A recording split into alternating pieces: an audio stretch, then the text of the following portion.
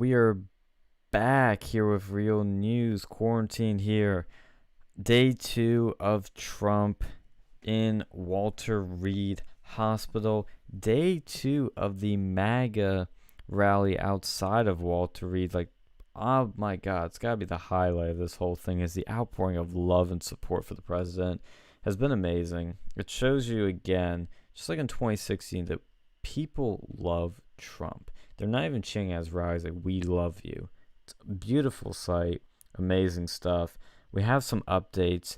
Trump even released a video when he was inside Walter Reed today, showing himself for the first time really in Walter Reed. And it was amazing how, again, this is all breaking through Twitter. Really, really cool stuff. I'm going to pull it up. And you, I think, said, Phil, that we have some pictures from Ivanka. There's actually been a couple of videos circulating around. Let's see. Yeah. Oh, I see Don There's Jr. retweet the video. Yeah, Ivanka, I see her picture. Jack Posobiec is mostly Jack Posobiec's been kind of retweeting these pictures. Oh, shit. Yeah, it's I gotta say it really is impressive to see this guy working like he is. Like, it's just fantastic. Yeah, the optics from this thing have been amazing. I mean, you have the optics of him, first of all, getting the virus, suffering like us, but also working like us. And he's working his ass off. I love that one tweet from Jack I'm going to pull up too, that shows that Trump literally is not stopping. Like, there are no brakes on this train, baby. Oh, yeah, I see these new pictures from Jack. I'll pull this up on our fucking screen here. We're going to keep monitoring the crowd outside Walter Reed as well. Like I said, it's just amazing. Let's pull this up. So here's a picture that shows the president at his desk in Walter Reed. Is that the conference room you were referring to? It's a tweet where Jack says incredible and shows Trump at like a round table, signed stuff, it looks like. Wait, let me see which one you're talking about here. So the one where he's in his blazer, that's his presidential suite, right? Okay. That's his presidential suite. The other one where he's I see the big table. That's the I think that's the conference room on that floor. Look at him.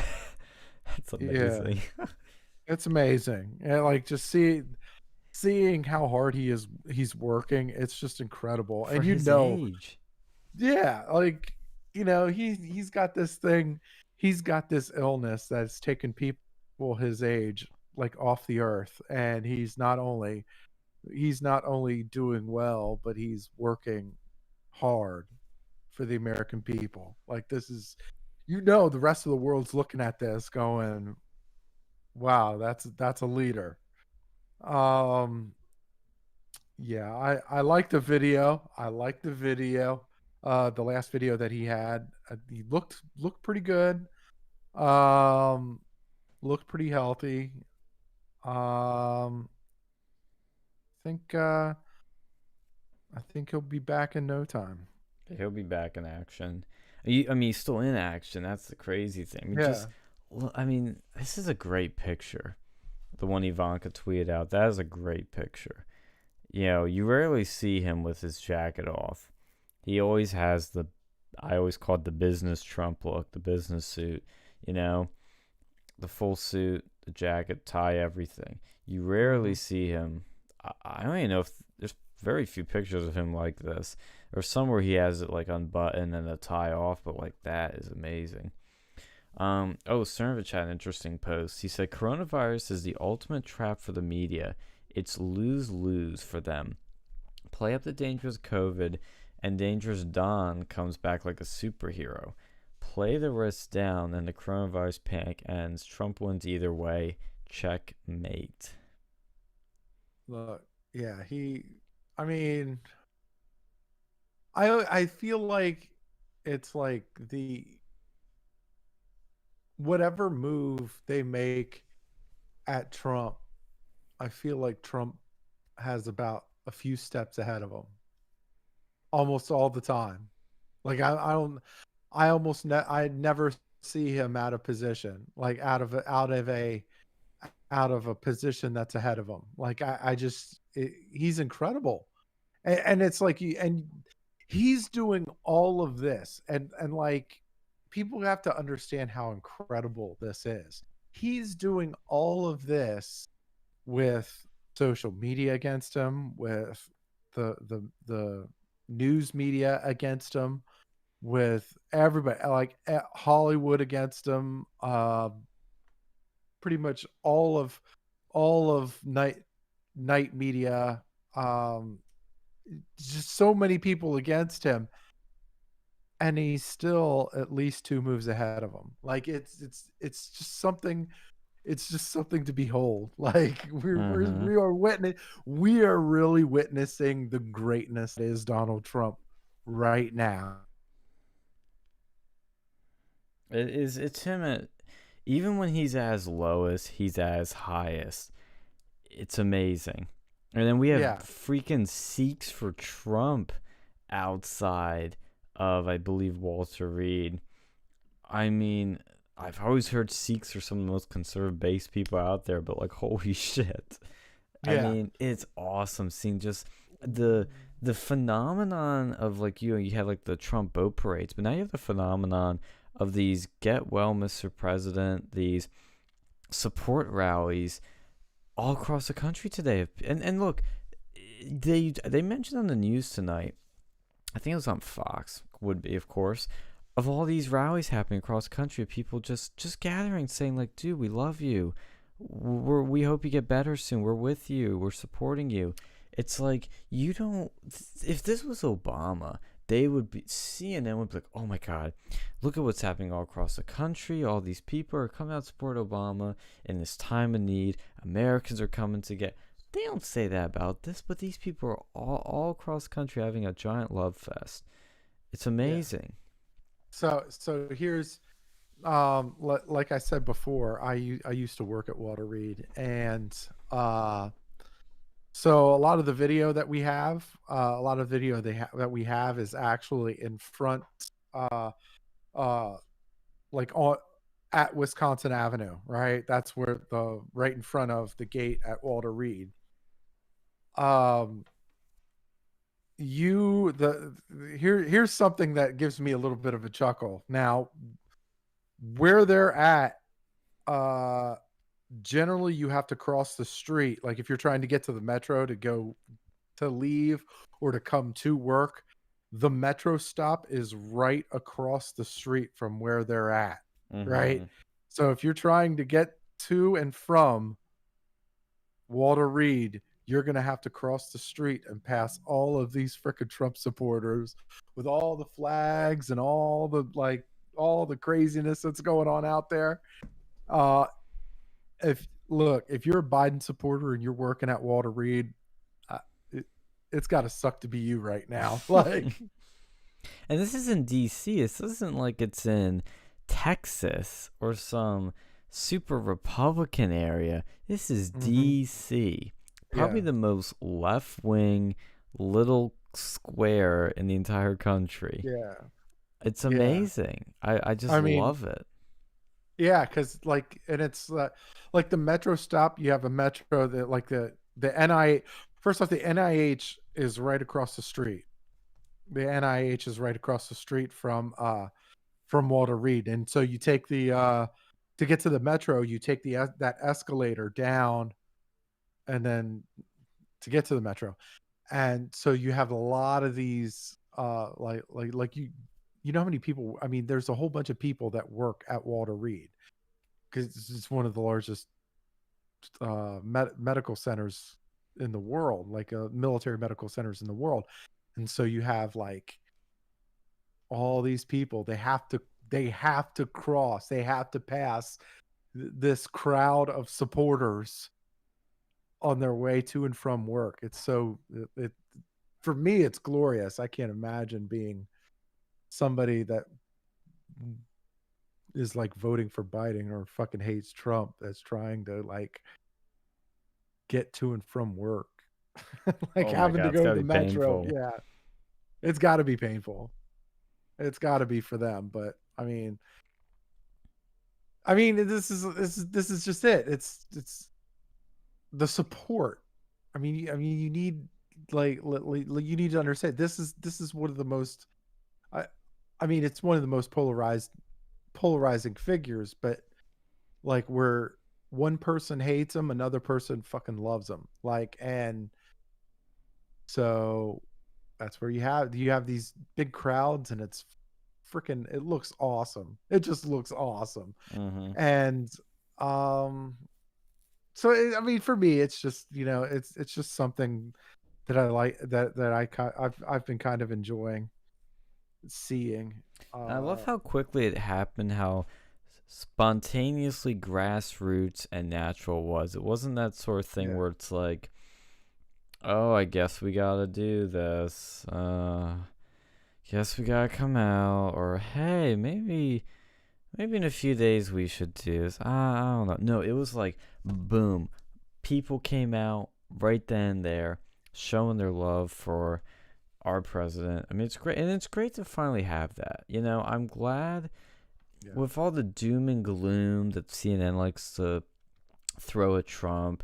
They make it seem like nobody in the country likes him, and anybody that does is too scared to show it. I love the boldness, the pride, the patriotism, the love, the openness. If you feel more welcome in America as a Trump supporter, you know what I mean? Like Mhm. it just feels great. Yeah, I like it. Looking at the video, that's the yeah, that's one of the there's two entrances to the hospital. That one, oh, they closed that one off. Well, yeah, Yeah. I think they usually do anyway cuz like almost midnight. Well, that So, one I think has been yeah, permanently closed for they'll like, close off they'll close off the what was that? well, they'll normally close like after business hours. I think they usually close the one entrance. Okay. And like that's pretty much for security reasons. They'll Yeah. just like close off the. I think well, right now they're looking at they're closing it off, and they have like police cars and stuff like that just to keep an eye on ongoing visibility for any kind of weird activity that's going on. But like, Look at the uh, size of that fucking flag. yeah, Holy shit. yeah, that's a big flag. I didn't know they could make flags that Yeah, big. yeah, that's impressive. And being down there, that's tall. That is a tall flag because that is a high freaking like Well, that. yeah, like where that Yeah, telephone, or not telephone, traffic light thing is. I mean, if this dude's 6 feet, that thing's easily 30. Wait, six, 12. It's probably like 18-foot pole, maybe 24 yeah, foot. probably. And that flag's got to be like 24 feet as well, because it's almost touching the ground when it's drooping, Yeah, like right now. yeah, Oh, yo, people came with pizzas. yep, Yo, yeah. No, yo. yeah. There's been a lot of people. There's been a lot of people the last couple of days uh, that have sent their support. Yeah, like last night, Um, those people from California sent pizzas. yeah, It's just amazing. I just love it. I don't yeah. know. It's so simple, but I just love it. Like it's like a this is the side you want to be on. This is the side you want to be on. This I is like know, right? nothing but love and like support and positivity. Um, it's like I don't want to be on the other side. That's it's all negative and like finger pointing and canceling and all like that's we're starting to see that the only the one positive that about all of this is we're really starting to see, like you were saying the last time, we're really starting to see the true colors Of of everyone. people as human beings. Like Yeah. we're starting to see it. It makes things Uh, more clear, you know. It kind of makes me in my head go, okay, love you, fuck you, fuck you, I don't know. Like it's pretty clear, and I'm gonna try and find some of these tweets Jack was sending out some cool stuff, but um, the other thing too is that Trump today, to give some medical updates, I had those up.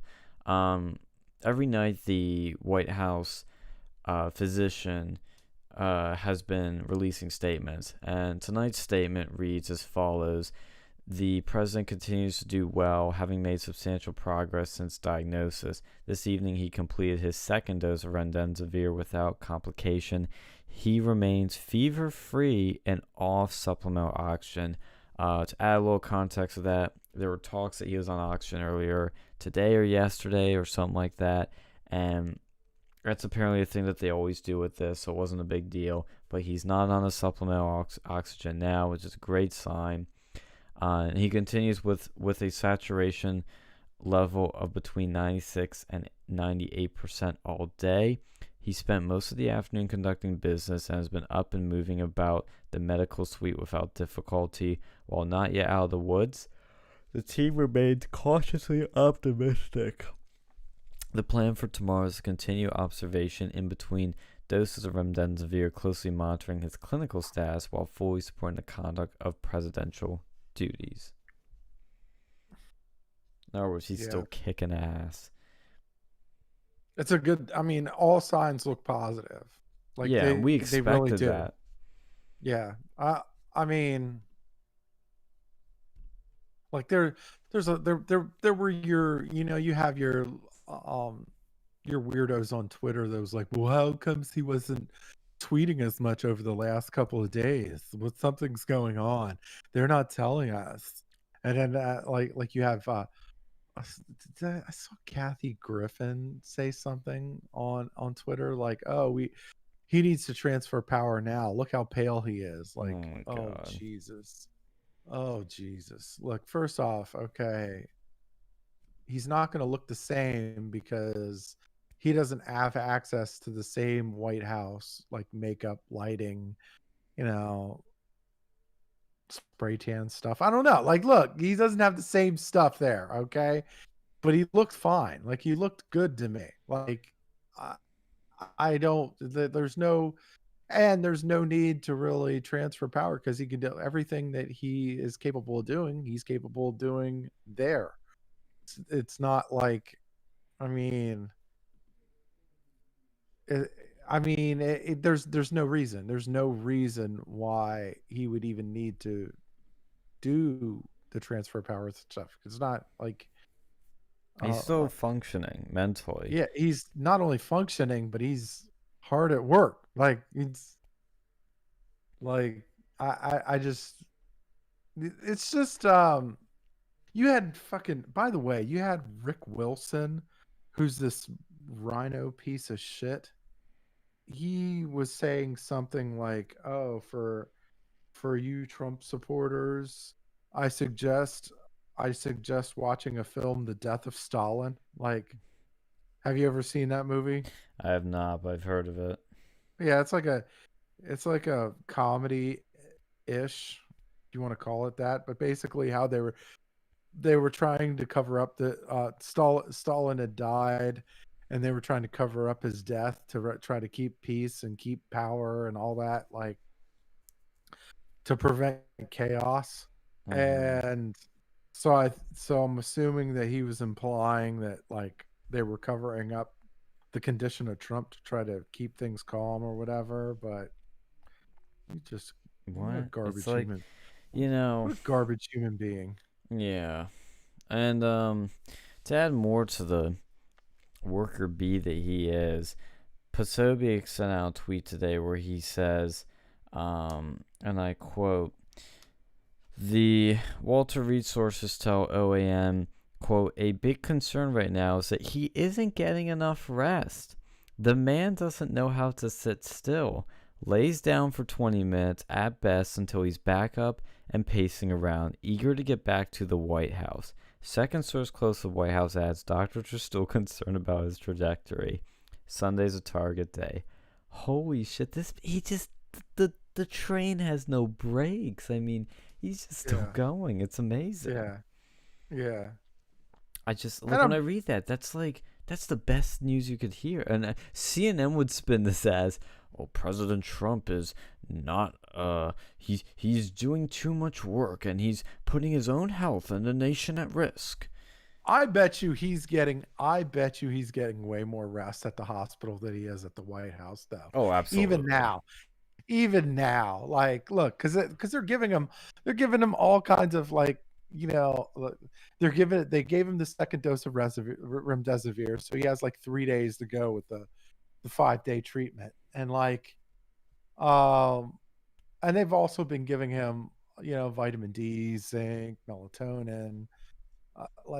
He's gonna be good. I think I think he'll be good on sleep. I think he'll be good. Like, look, he'll be fine. He looks Yeah. fine. He looks good. Like I think everything looks like it's good to go. Um, Did you I don't. see on Twitter this is trending? I guess there might have been some fake news this spraying before, but it says Trump did not wear a hidden oxygen tank while heading to the hospital. BuzzFeed News and lead stories confirm. Are you kidding me? People were thinking he had a hidden oxygen tank. Yeah, like these people. Like, well, it's fucking BuzzFeed. Okay, let's just be real. Like, it's Well, BuzzFeed. I don't know if it sounds like BuzzFeed was confirming that he did not have the oxygen tank, but they Yeah, might have been reporting earlier that he was. I'm gonna look into this. yeah. Um, President Trump, who was diagnosed with COVID-19 Friday morning, did not have processing. According to fact checking by BuzzFeed, wow, they fact check. That's amazing. There's a Look, and conspiracy theory going around that claims Trump was wearing a hidden oxygen tank while heading to the hospital. Don't fall for it. Wow, even BuzzFeed is saying like this is a conspiracy. Don't fall for it. look, let's say NBC News. A tense situation has developed outside the entrance of Walter Reed National Military Medical Center between President Trump supporters and anti-Trump supporters. And here you have Jack He's Posobiec like, saying, no. literally, I'm standing out here and we have no idea what you are talking about. Some trolls have driven by, but that's about it. Like, Tense by the way, situation. like, yeah, like, oh, what's some fucking losers come out of their mothers outside the car as they're driving on Wisconsin Avenue? Get the fuck out of here. Mm. Yeah, I found this tweet about that. And that's the thing too. I've heard from so many people that have worked for the president, have done events for the president, have been interns in the White House. The one thing I hear over and over again, and it's always phrased a similar way, they'll bring up the media and they'll be like, yeah, we would have this like big event or this signing ceremony. And then CNN would say that this awful thing happened.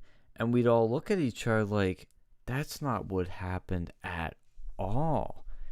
And it's like, I don't know where they get this shit. Either they're pulling it out of their ass, they are looking for the negative in everything and jumping to conclusions.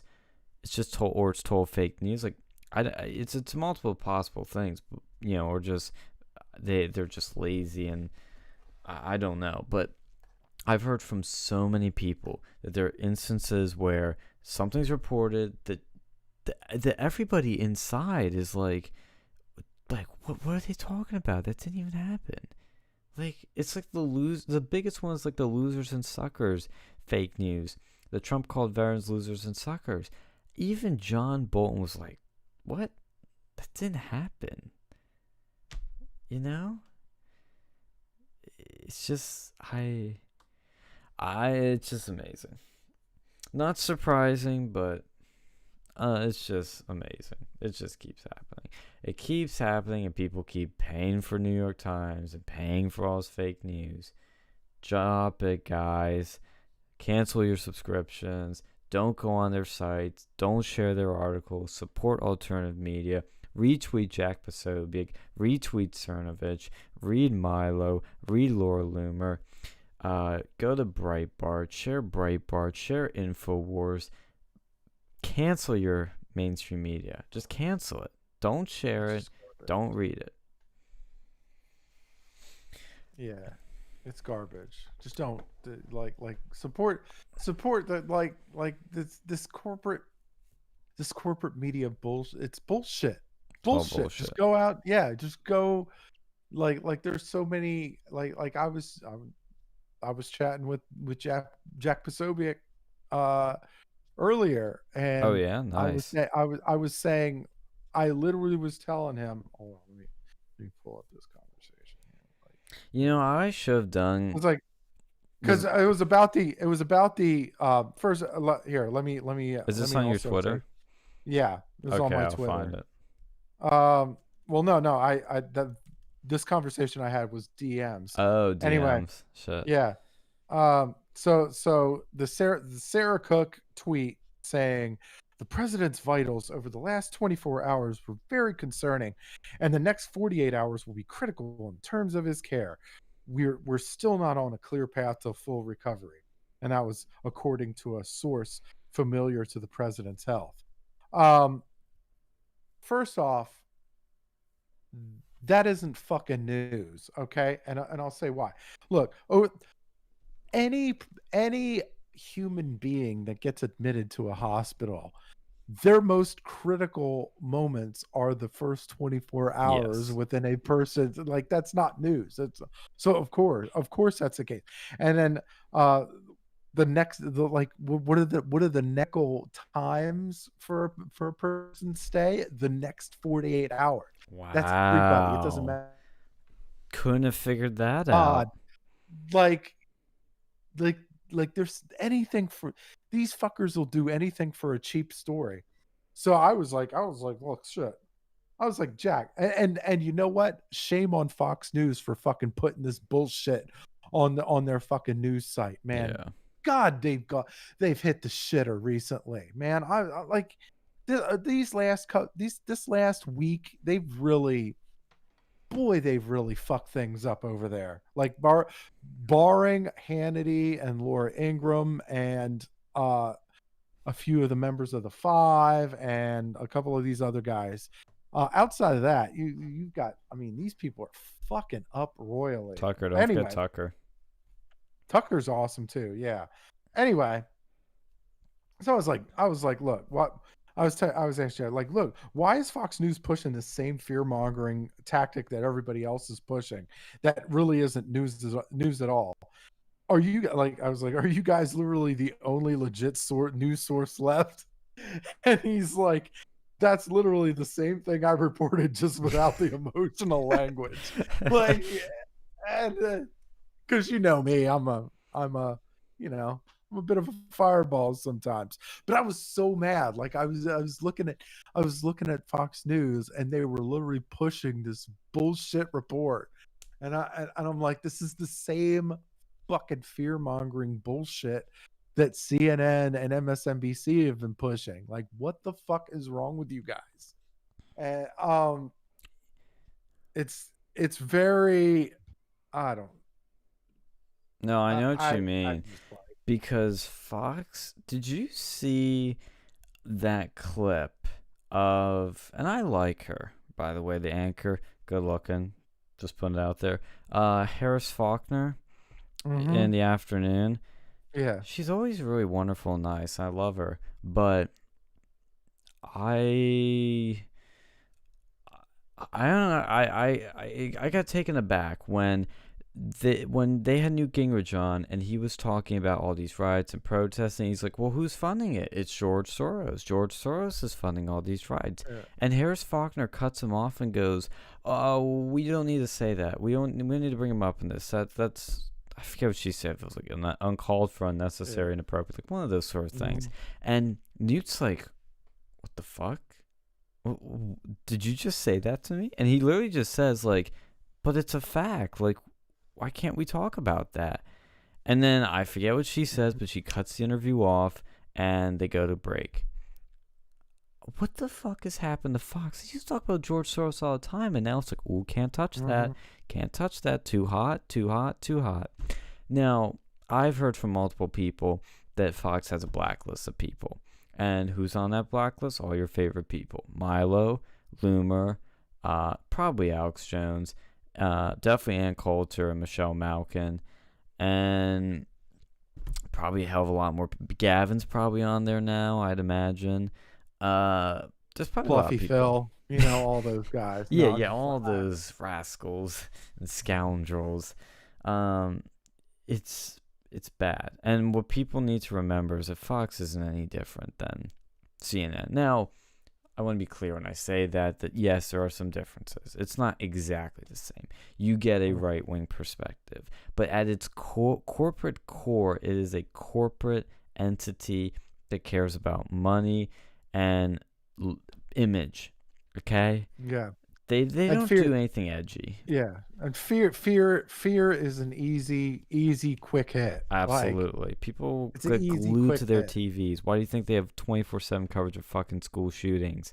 It should be a They had story that you talk about for a couple minutes. Maybe it's your top story, yeah. and then move on. Bill Hemmer had some guy on who was like a former was it a fucking former Clinton aide or something like that, and he was saying, oh well, they already have medical stuff over there at the White House. So if he had to go to Walter Reed, it must have been something extraordinary out of like, uh, I'm like, no, no, that they're doing this out of precaution. Like, they're doing this out of absolute precaution. They're not taking chances with the leader of the fucking free world. Like, Yeah. if it was a common cold, yeah, that's one thing. Or if it's some sort of, you know, brief illness like the flu or something like that. But, you know, this is something that, you know, has gotten a lot of attention over the last, you know, year.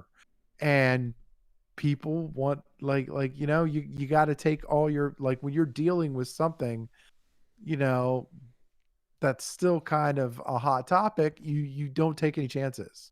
You take no fucking chances. Mm-hmm. And, you know, and of course the doctor, you know, the I forget what his name is, something Dr. Conway, I think it is. The Another Conway. yeah, very, like, he's a very intelligent guy, knows his stuff, and like, I mean, Wait, are you talking he's about the got White House physician? yeah, Oh, that's Sean Conway. yeah, Sean Conway, yeah. The bright guy, knows his stuff, very, like, he's in good President Trump's in good hands. Um and all his doctors are freaking good too. And I just, like, they don't take change. Like, look, you got, like, they take security seriously. I know that the Clintons don't really give a shit about security. Uh, the emails. But, you know, security is kind of a big deal. Like, when you're dealing Right. with the leader of the free world, and, you know, and again, they're pushing this bullshit narrative, and they're putting these people on on Fox News that are just continuing to put on this bullshit fear mongering narrative. And, like, Yo, we have somebody in chat. Sorry to interrupt your thought there, but yeah, maybe you're just about at the end of it. But we Ebony love. Perkins said, "Hey, Versamedia, lots of hearts. Hello, Ebony. How you doing tonight? Glad to see you Hey, join us. yeah, Looks like our live stream just froze here for the Trump spores, but hopefully it comes back up. yeah. But I wanted Good to, to see you, Ebony. It's yeah, yeah, we love having our fellow gamers and magapeds and lovers and supporters and haters and losers and trolls and everything in between the chat. It's always exciting. And Ebony's good people. yeah, she's good. No, She's yeah, good. She's a nice she's friend. done. Yeah, she's good people. Disappointed it's not a troll. We could use a troll. Nah, I mean, you know, the less trolls we have, the Kidding. better. Less trolls Yes. we have, the better. Well, actually, I disagree. I disagree. You know, we need a good balance. You know, we need our friends and our family and our lovers and our fans, all that shit. And then we need the trolls and shit. You know, you need a little somebody to fight with. Yeah. So Ebony, if you know any trolls, you know, send them our way. There's a like and a sub button right there. That's how you get your numbers up. Yeah, Uh, it's cool that, I mean, it's cool that we do what we do and people like what we do. And I mean, that's kind of, it, it it's cool that people like it's cool that people like, even if it's only a few people, it's cool that people like what we do. yeah, You know, absolutely. I just enjoy shooting the shit with people. It's That's like what it always it's is. very like, and giving different perspectives and, some terrible humor from here, every now and again. Yeah, the Uh, Walter Reed feed just got screwed up. You know what we might yeah, actually do? Ebony says love trolls. See, she gets it. She gets it. yeah, Enjoying the yeah, show. Thank you, yeah. Mortis Nochu, not you. Let's get. You know what? Let's go to Twitter. Let's see what kind of losers are on this Oh, fucking there's a lot of platform today. trolls on there. I'm just, Well, not as many as there used to be. All the good yeah, trolls are gone from Twitter. Fucking yeah, Twitter. Twitter is a fabulous platform run by awful people. Let's see. Does this link have us a live feed? yeah. Another medical update. The Oh, president, I the president President Trump continues to do well, uh, having made substantial progress since diagnosis. This evening, he completed his second dose of remdesivir without complications. oh, I already He read that remains. one. Oh yeah, yeah. Okay, never mind. Okay, Yeah. I'm an idiot. Sorry. Were you not listening to me, Phil? I was. I just like I was. It as I was reading it, it started sounding familiar. I'm like, Yeah, it's okay. uh One thing too, also that we didn't touch on yet is, and we were talking about it last night. I think I don't know if we were off air or on air at that point, but there were rumors swirling that Chris Christie had contracted COVID and tested positive. And today it was confirmed he did do a test, was tested positive, and he's now in the hospital. Now, not to make any fat jokes or comments, but the dude's fat. And I'm more concerned about him than Trump because he is Yeah, obese. yeah. Because he's obese. And Yeah, they put him in the hospital quickly. Now, look, it could be for sake of caution, it could be a lot of things. I'd be more concerned about Christie. He's a big boy. He's hefty. He's Trump. Everybody's like, oh, Trump's fat. Eats McDonald's. Yeah, look at him though.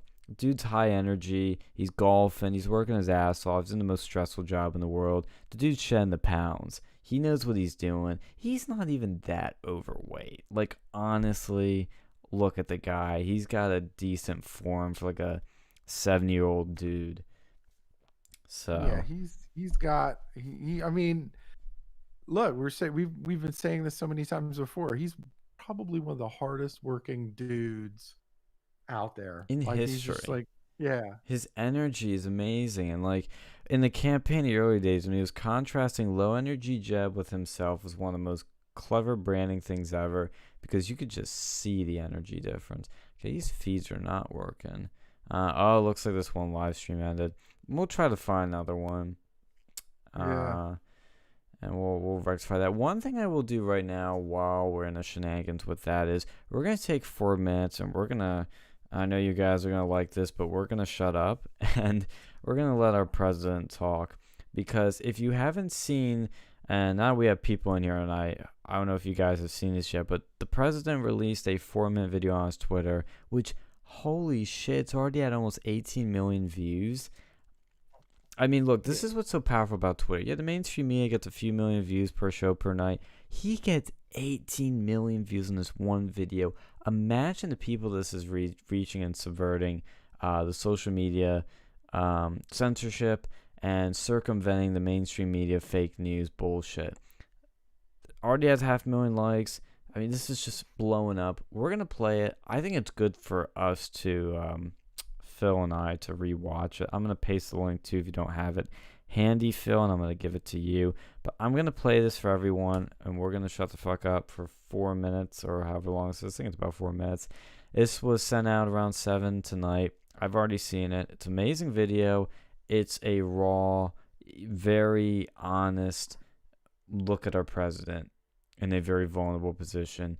He's suffering with us, and he's also working with us. So I'm going to open this baby up right here, and we're gonna see our president in Walter Reed for the first time on video.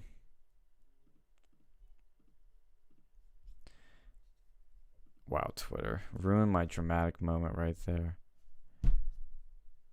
Twitter has a shitty video player. All right, here we go. I want to begin by thanking all of the incredible medical professionals, the doctors, the nurses, everybody at Walter Reed Medical Center. I think it's the finest in the world, for the incredible job they've been doing. I came here, wasn't feeling so well.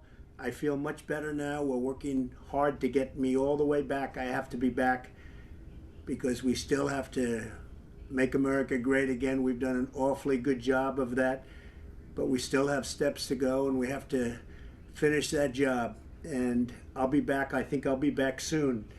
And I look forward to finishing up the campaign the way it was started and the way we've been doing and the kind of numbers that we've been doing. We've been so proud of it.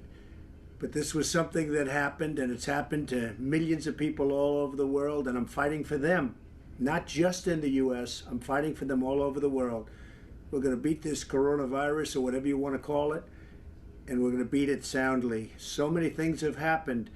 If you look at the therapeutics, which I'm taking right now, some of them, and others are coming out soon that are looking like, frankly, they're miracles. If you want to know the truth, they're miracles. People criticize me when I say that, but we have things happening that look like they're miracles coming down from God. So I just want to tell you that I'm starting to feel good. You don't know over the next period of a few days. I guess that's the real test. So we'll be seeing what happens over those next couple of days. I just want to be so thankful for all of the support I've seen, whether it's on television or reading about it. I most of all appreciate what's been said by the American people, by almost a bipartisan consensus of American people. It's a beautiful thing to see, and I very much appreciate it, and I won't forget it. I promise you that. I also want to thank the leaders of the world for their condolences, and they know what we're going through. They know what, as your leader, what I have to go through. But I had no choice because I just didn't want to stay in the White House. I was given that alternative. Stay in the White House, lock yourself in, don't ever leave, don't even go to the Oval Office. Just stay upstairs and enjoy it. Don't see people, don't talk to people, and just be done with it. And I can't do that. I had to be out front, and this is America. This is the United States. This is the greatest country in the world. This is the most powerful country in the world. I can't be locked up in a room upstairs and totally safe and just say, hey, whatever happens, happens. I can't do that. We have to confront problems. As a leader, you have to confront problems. There's never been a great leader that would have done that. So that's where it is. I'm doing well. I want to thank everybody. Our First Lady is doing very well. Melania asked me to say something as to the respect that she has for our country, the love that she has for our country. And we're both doing well. Melania is really handling it very nicely. As you've probably read, she's slightly younger than me, just a little tiny bit. And therefore, just we know the disease, we know the age versus younger people. And Melania is handling it statistically like it's supposed to be handled. And that makes me very happy, and it makes the country very happy. But I'm also doing well, and I think we're going to have a very good result. Again, over the next few days, we're going to probably know for sure. So I just want to thank everybody out there, everybody, all over the world, specifically the United States. The outpouring of love has been incredible. I will never forget. Thank you very much.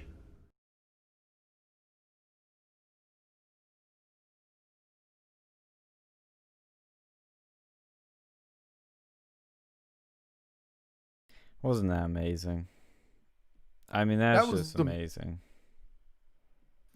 like one of the things I got from uh the whole world has, and by world I mean these leftist losers have been, and a few losers on the right too. They were like, well, "Where's the leadership? We need a strong leader right That's now." fucking the strongest leadership ever. The last 48 hours just proved who maybe the strongest leader in the world really is. Right now, the one of the world's strongest leaders is at Walter Reed right now. And uh and that's what strong leaders do. Like strong leaders, and we're talking, and he was saying it in his video. He's like, but we have to confront our problems, and a great leader confronts those problems. And that's exactly what he is doing. And this is like, you bet your ass that the rest of the world leaders are taking notes of that video, taking a look at those photos. They know what they're seeing. They're seeing a man that's working hard. He's working late. He doesn't know when to quit. Like, even possibly at his own detriment. That's just who he is. And that's like, it's one of the most admirable traits this man has. And it makes you want to run through a wall for the guy. Like, That's what people are doing. look at that. This is why a bunch of people are hanging out at Wisconsin Avenue at the late hours of the evening. And really all over the world, because there's a whole bunch of people that are just like, that have been showing their support from all over the place. And this is a guy, and once he gets through that, once he gets completely through this, there's a whole, I guarantee there's going to be a whole bunch of more people that are going to be following this man too. And I will say, I don't know why I fully remembered it at the moment. Like, I think it's because I was so busy with work and stuff, but that line stood out. I mean, when I was seeing this video play live on TV, I stopped everything and I stared at it and listened to every word he said. And the line he said about leadership, where he said, leadership is about confronting problems. I'm never going to forget that line. That to me is, it's like a lesson. I feel like I was being taught a lesson. And I don't know. It really sticks with me as somebody that's done leadership, that will probably continue to do some. I know you've done some too, and will continue to as well. Yeah. It stuck with me. It's again that connection. I mean, I'm getting the feels right now from it, but like, it's just I just felt such a strong connection there. And I'm not trying to sound like wooey or anything, but it's like, I don't know how to describe it. It just felt so, again, he was clearly off script, just literally probably in one take was like nailed it, he just probably like said whatever came to his mind, or came from his heart, I should say, and it was beautiful. It was wonderful. Like, I felt like he like really like, this is what we needed, and he just delivered. And just having like little lessons like that, and they were just wonderful. And I just love it. I think there could be a little bit of parting shot at like Democrats, and in particular Joe Biden, because like everybody's talking about how Joe Biden's in his basement and he's kind of like avoided pretty much everything. And this is somebody that's not that guy. He's not that guy. He's going to confront. If there's a problem in front of him, bet your ass he's going to confront it. Well, I love how he said too, like, I'm not going to hide upstairs. I'm going to confront the problem. And it's like, wow, it's just a good contrast of, like you said, it might be a subtle play at Biden. I don't know, honestly, but it shows like he could have just been like camping out in the White House, like just throwing a ball at the wall. And Mortis Nacho in the chat. I said the same thing yesterday. Trump should do little fireside chats like that every single day. I agree. I said that like the first day. I think Cernovich, Scott Adams, and Ali were all saying similar things too. I mean, that was honestly, when I heard the news, it was like the very first thing I thought from, because I have like a PR, ad, optics, messaging, communications mind. I'm all about comms. And how's the first thing I thought to do? Like, I don't know why. I think he's gonna. I think you're gonna see a few videos come out Yeah. over the next couple of days. You're gonna keep. I mean, this. It feels like with every video, it seems to just galvanize people that much more. Because I know I'm the more I see these videos, the more pumped up I get. Me too. Like I'm just like, it's just exciting. It's just invigorating. I'm like, yeah, let's do this. Yep. Yeah. Couldn't agree more. And everybody in chat, yeah, Ebony says he's amazing. He is my president. He is everyone's president. Yeah. Enjoying the show. Thank you, Mortis. Very appreciate it. Gotta love a great president. Absolutely. Hello, Yeah. yo. Yeah, hi, XD Shadow Plays.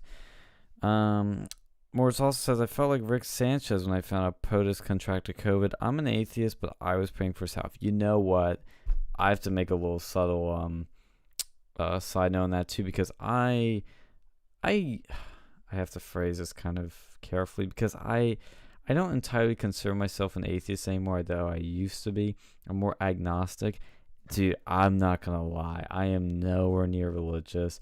I've considered it, thought about, but this is the first time I ever thought about, like, should I fucking pray? Like, I don't know. What do you lose?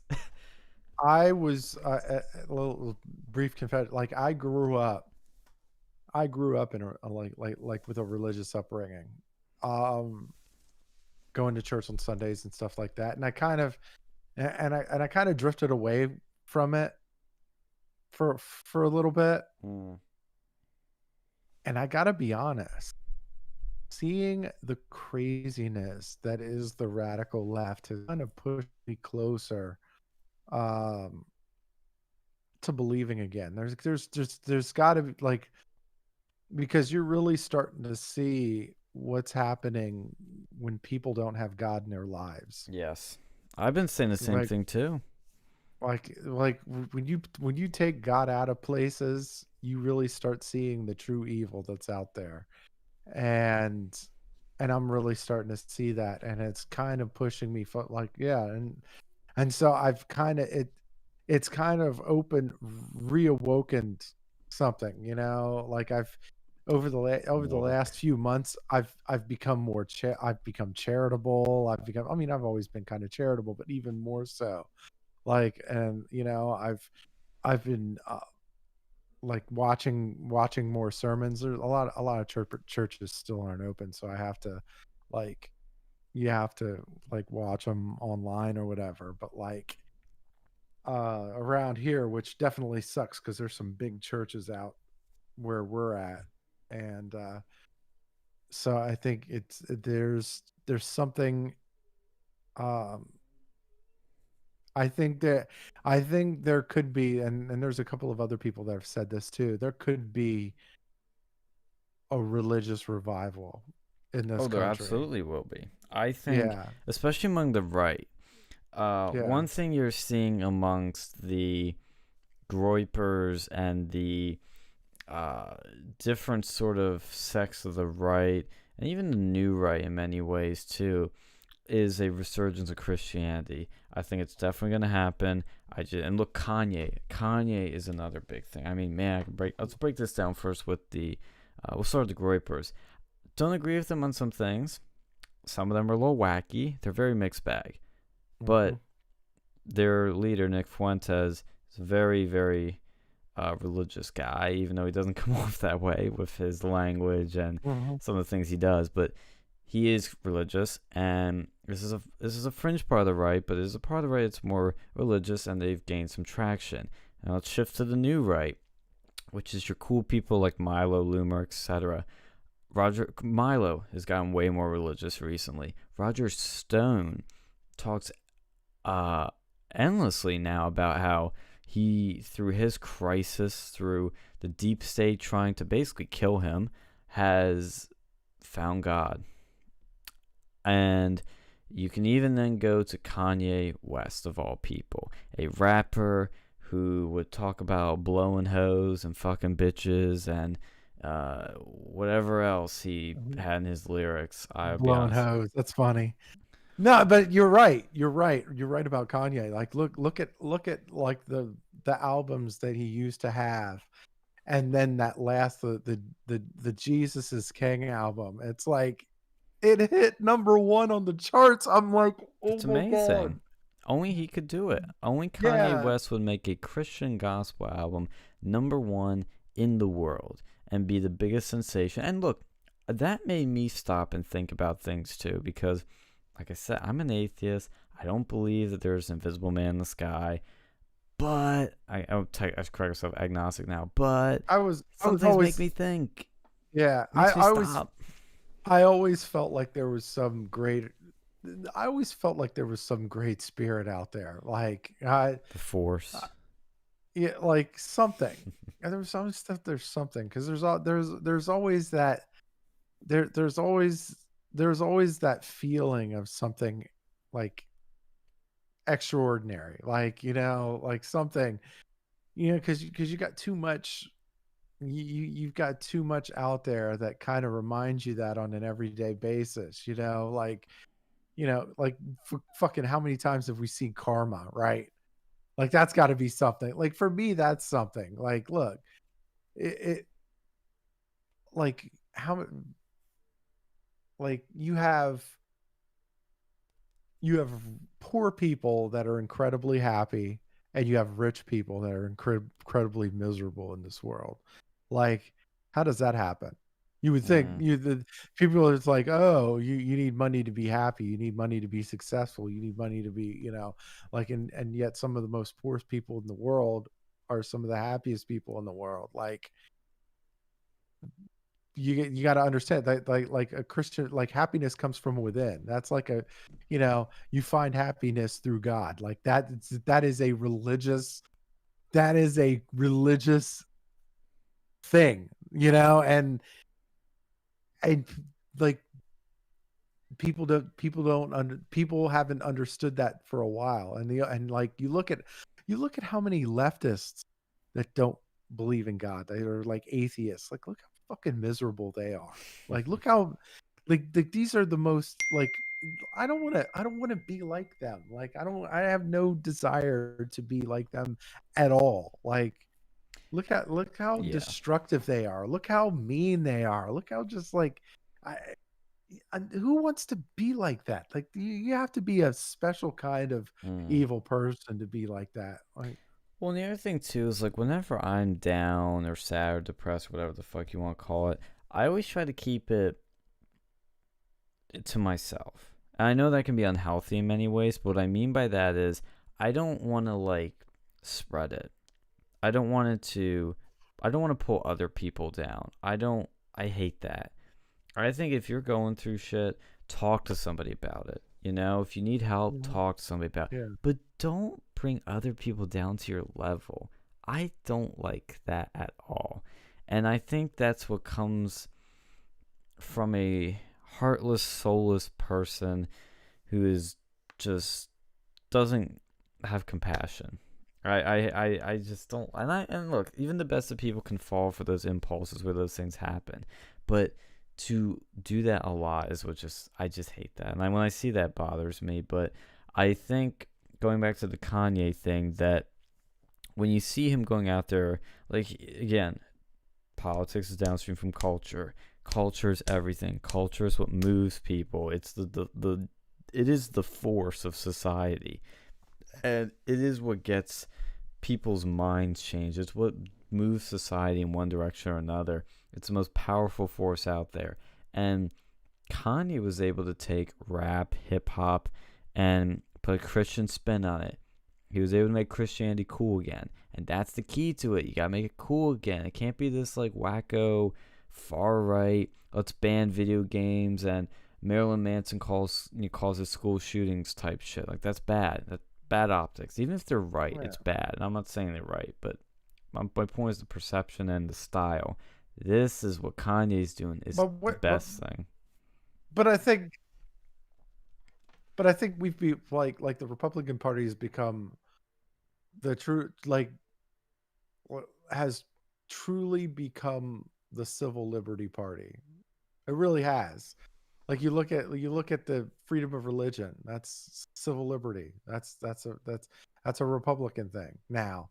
Used to be a liberal thing. Like whatever you wanted to, religious wise, whatever you wanted to, um, whatever you wanted to, worship or whatever. That's like, that was like a liberal thing. Freedom of speech.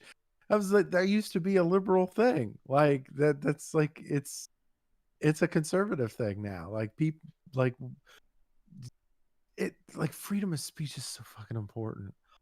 I and like and we're finding that out today. Like we're finding that out right now, like how important free speech is. Like because we're seeing so many people get silenced. We're seeing so many people get like just completely censored and railroaded and like off of, out of schools, social media, employment. Like I just and like part of what makes America great is the freedom of speech, to be able to say whatever we want and to be able to discuss it in a free flowing manner. Like if you Mm-hmm. think whatever you believe in is correct, share it. Maybe I could learn something. Maybe you could learn something, right? Like that, and that's how we evolve as a society. Because if all you do is say my opinion is the superior opinion and everybody else is getting silenced, that's not progress. That's not evolution. That's not working toward a more perfect union. That's not it. And that's what the left has become. The left has become this it's what I believe, and if you don't believe what I believe, then you must be destroyed. And nobody wants to live in that world. Like no, the majority of the country does not want to live in that world, and they're about to find out November 3rd, Yeah. unless there's cheating anyway. Yeah, and I want to touch on something too that I think I'll probably find his tweets. I was just talking about the idea of the hero's arc, and Scott Adams made an interesting point today about this too. He said Trump getting COVID-19 might turn out like Peter Parker getting bit by a radioactive spider. On paper, it sounds bad, but consider that he is now the candidate with the most empathy for the pandemic risk, whether he wanted it or not. That's what we were talking about last night. He's going to be the voice of authority. Maybe people are going to be more sympathetic to him on it, but it's a game changer. Mm-hmm. This is a game changer. And this is a funny tweet from Stephen Miller. He says, I couldn't help but notice that Trump refused to condemn white supremacy in his hospital update video. Yeah, that's funny. That is funny. Disavow this Trump video. He didn't condemn white supremacy. I disavow it. Like I think that they were hoping. I think what the left was hoping for was that Trump would get sick enough to give in, right? Because if he gets, to concede, like if he got sick enough that maybe he would concede, he wasn't. People weren't expecting Trump to be Trump, right? Which, why? Like, how were you not expecting Trump to get through this? Like, he's Donald fucking Trump, right? He's like, yeah, and this whole thing, like this whole hoping that something bad happens to him is probably going to backfire. Because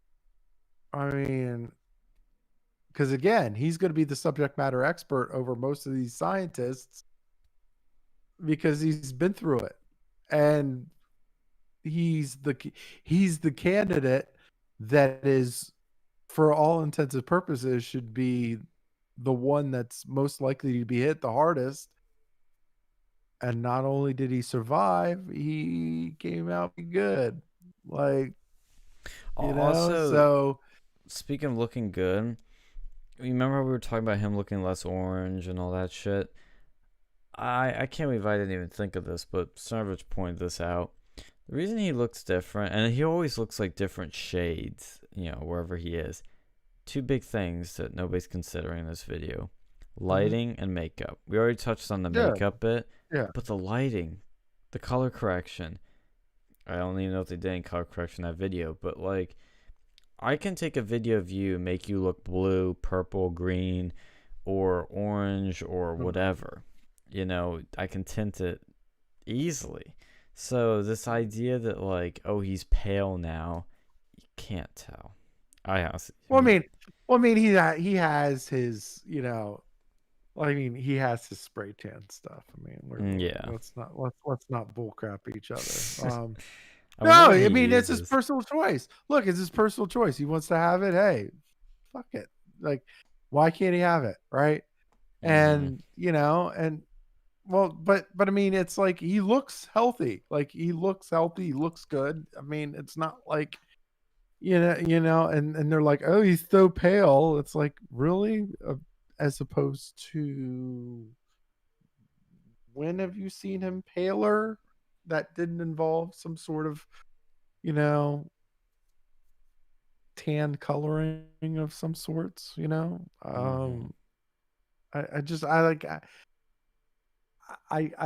like, the left are trying really, really hard, and it reeks of desperation. It's just, do you get that too, or is that just me? Like, it reeks of desperation. Like, they're hoping that something bad happens so that they can, like, that he caves and they get what they want, right? They get all the funding, they get all the mail-in voting so they could cheat and get back in power. Like, they're just like but it like, it's not working. Just remember this. And I was thinking about this yesterday, and I don't know if I mentioned it, but who is the one person nobody is talking about, showing, discussing? Nobody is talking about Joe Biden.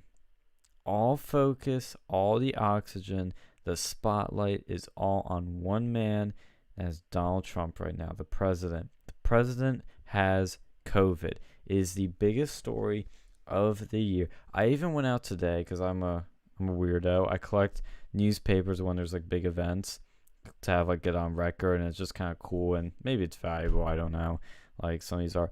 I bought the New York Times, Wall Street Journal, and I think the New York Daily News. Those are the only ones I could get of the breaking, the news. Is there a toilet paper shortage again?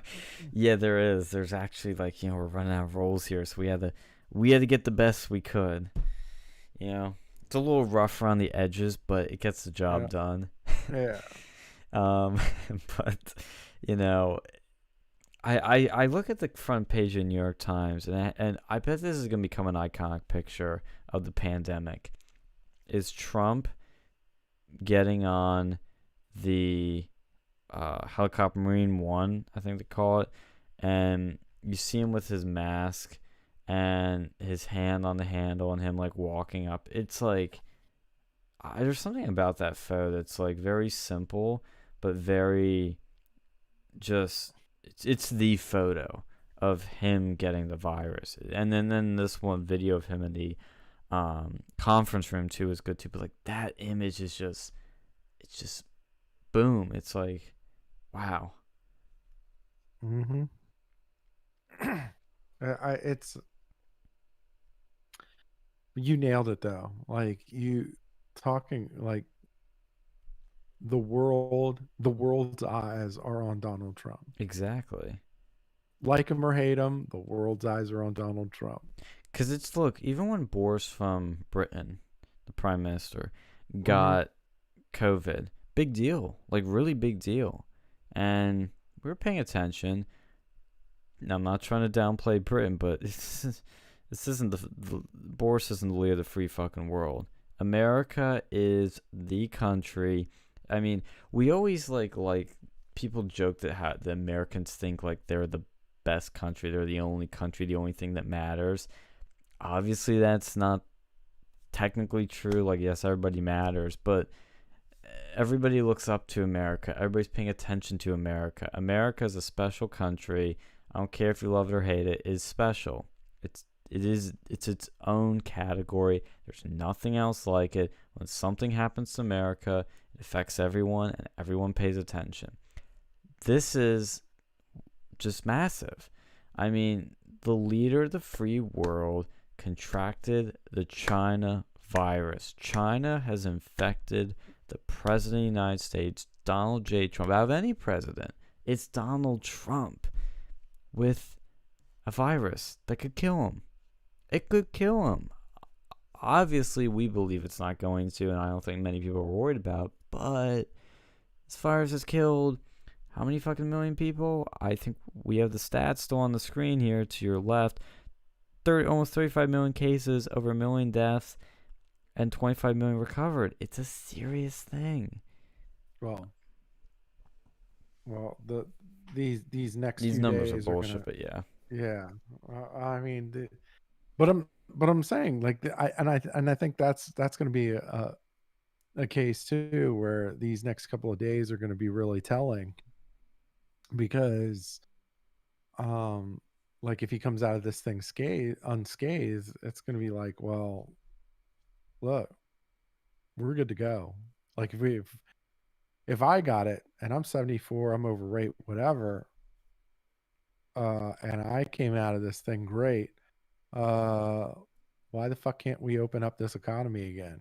Mm-hmm. Like, I mean, people are going to have to be forced to answer that. And of course, you're going to have naysayers that are going, oh, but it's the president of the United States. He had some of the best medical care that out there or whatever. But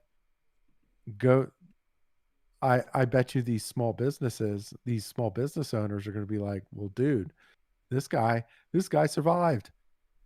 We should be good. Like, get us back to work, right? Look, let's get this economy rolling again. Mm-hmm. Like we're sick of staying in this fucking, staying locked down or whatever. Like, no, it's time to get out. It's time to get back to. Yeah, sorry. Yeah, and like you got Trump, you got the rallies, you got the Trump rallies, you got the protests, and it's like, no, that's it, that's enough. Let's get back out and get this thing moving again. Anyway, go ahead. I was gonna say I found the Cernovich tweet I was talking about, which kind of goes into what you're saying. He said, by making it seem as if Trump is almost dead, the media creates suspense, which ultimately creates a stronger comeback story arc for Trump. And that's like what we've been saying. Like when you were talking about like, why is Trump, some people are saying like, why is Trump not tweeting anything? It's like, wow, you guys weren't saying that before. You're like, why is he tweeting so much? This is unpresidential.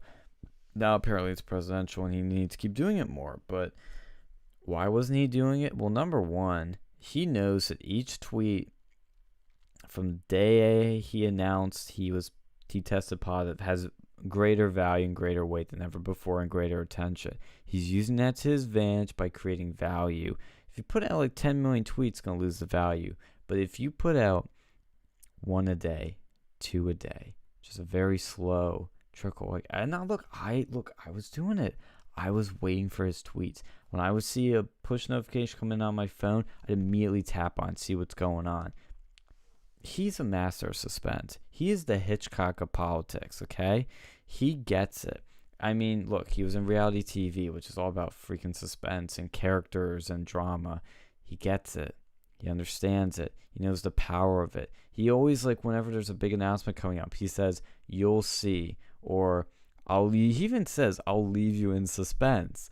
Like, and I'm not saying he's, like, playing with us with this, but he understands how to play the game. He understands what to do in this situation to make it more meaningful.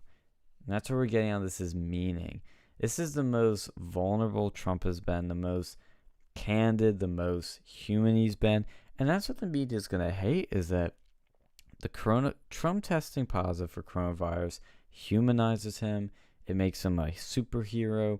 It makes him an authority, a voice of authority on the virus.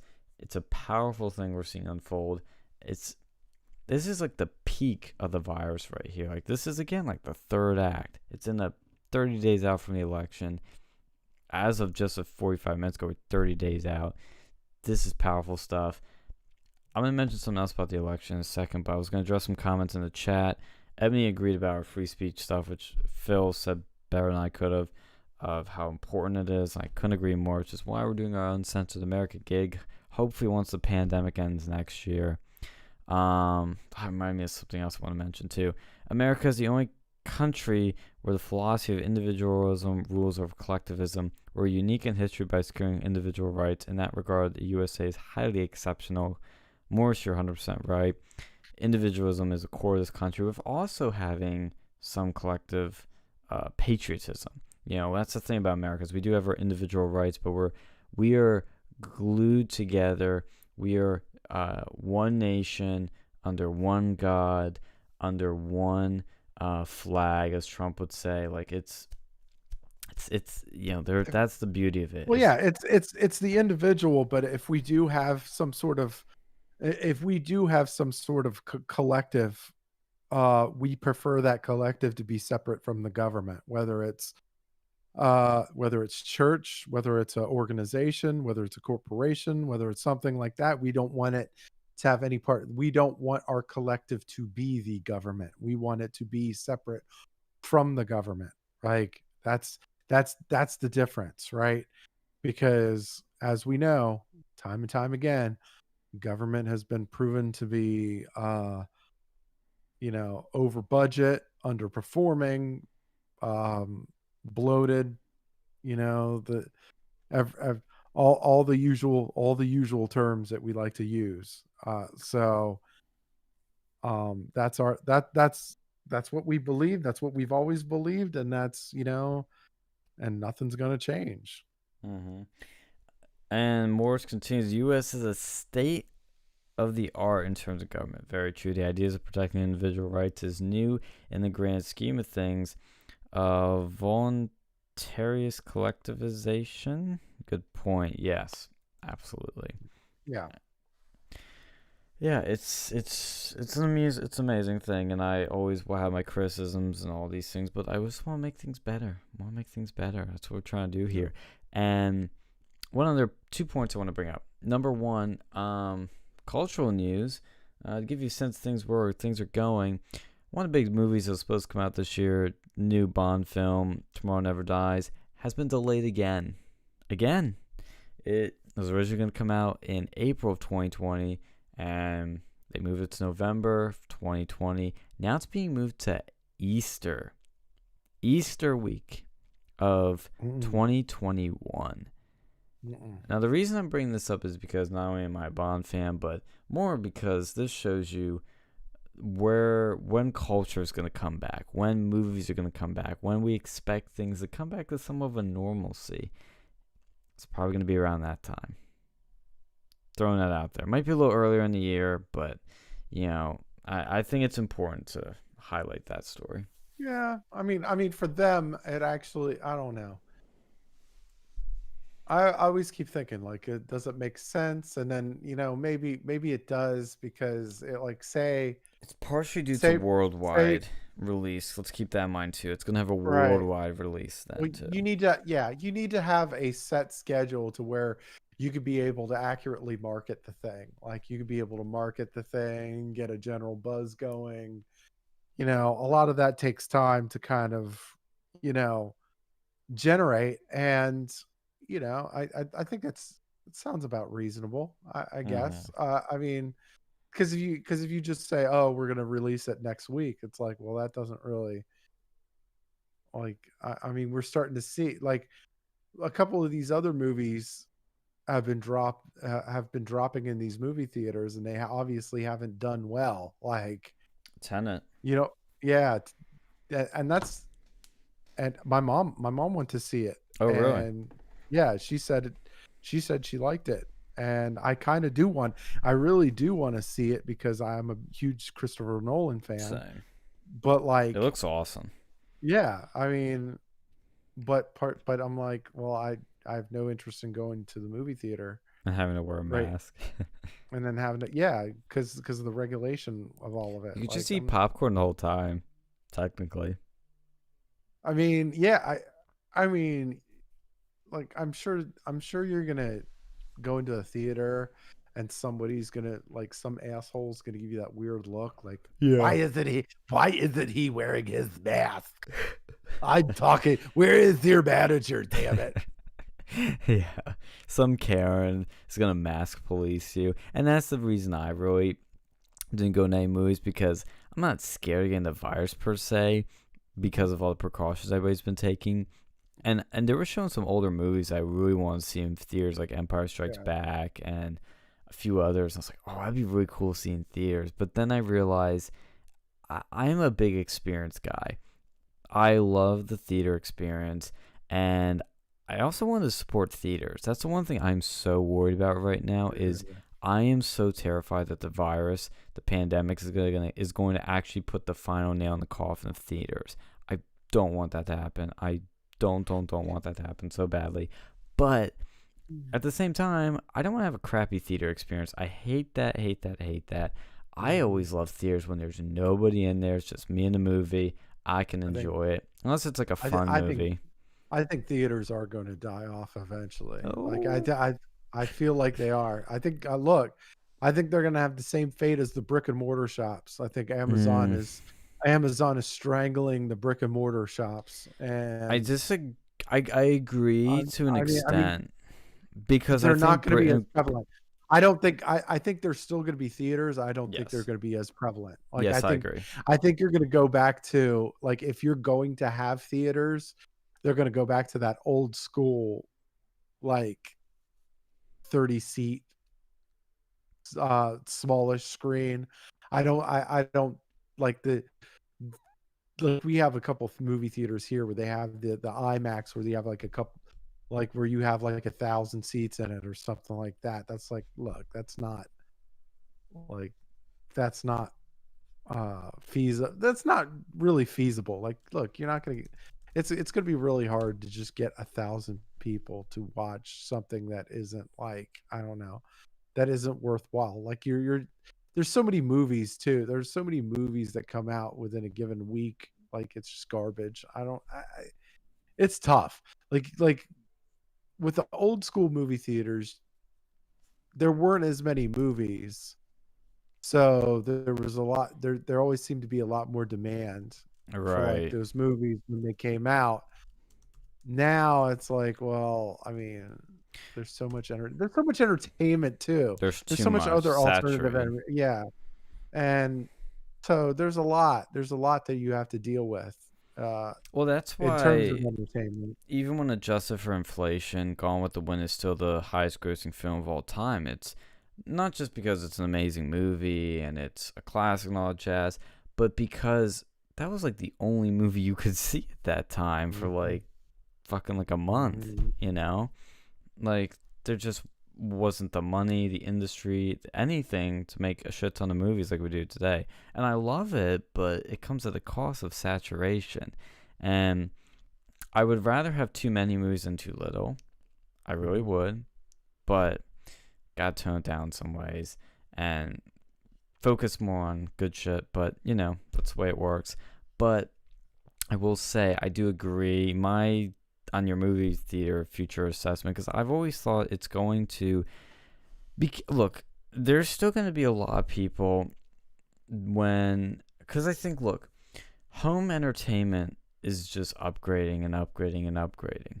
I wonder if you're going to have, you know how we have like debate watch parties or shit like that? I wonder if, like, let's say when you get your next big fucking like Avengers Endgame, you have people that go to the theaters, you know? You still have those theater crowds, those people that just love seeing on the big screen with all their friends. But I think the next thing you're going to see is, like, big ass watch parties when they drop on Netflix or they drop on Disney Plus or whatever it is, the night they also release in theaters.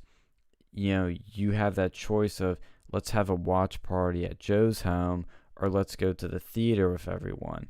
And again, I think theaters are they're not going to go extinct, but most of them are going to go away, and it's going to become a niche thing. Kind of like plays in a way, like where there's like that one or two in your town that have plays.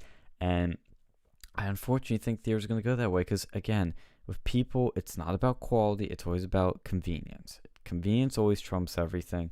Look at the iPod.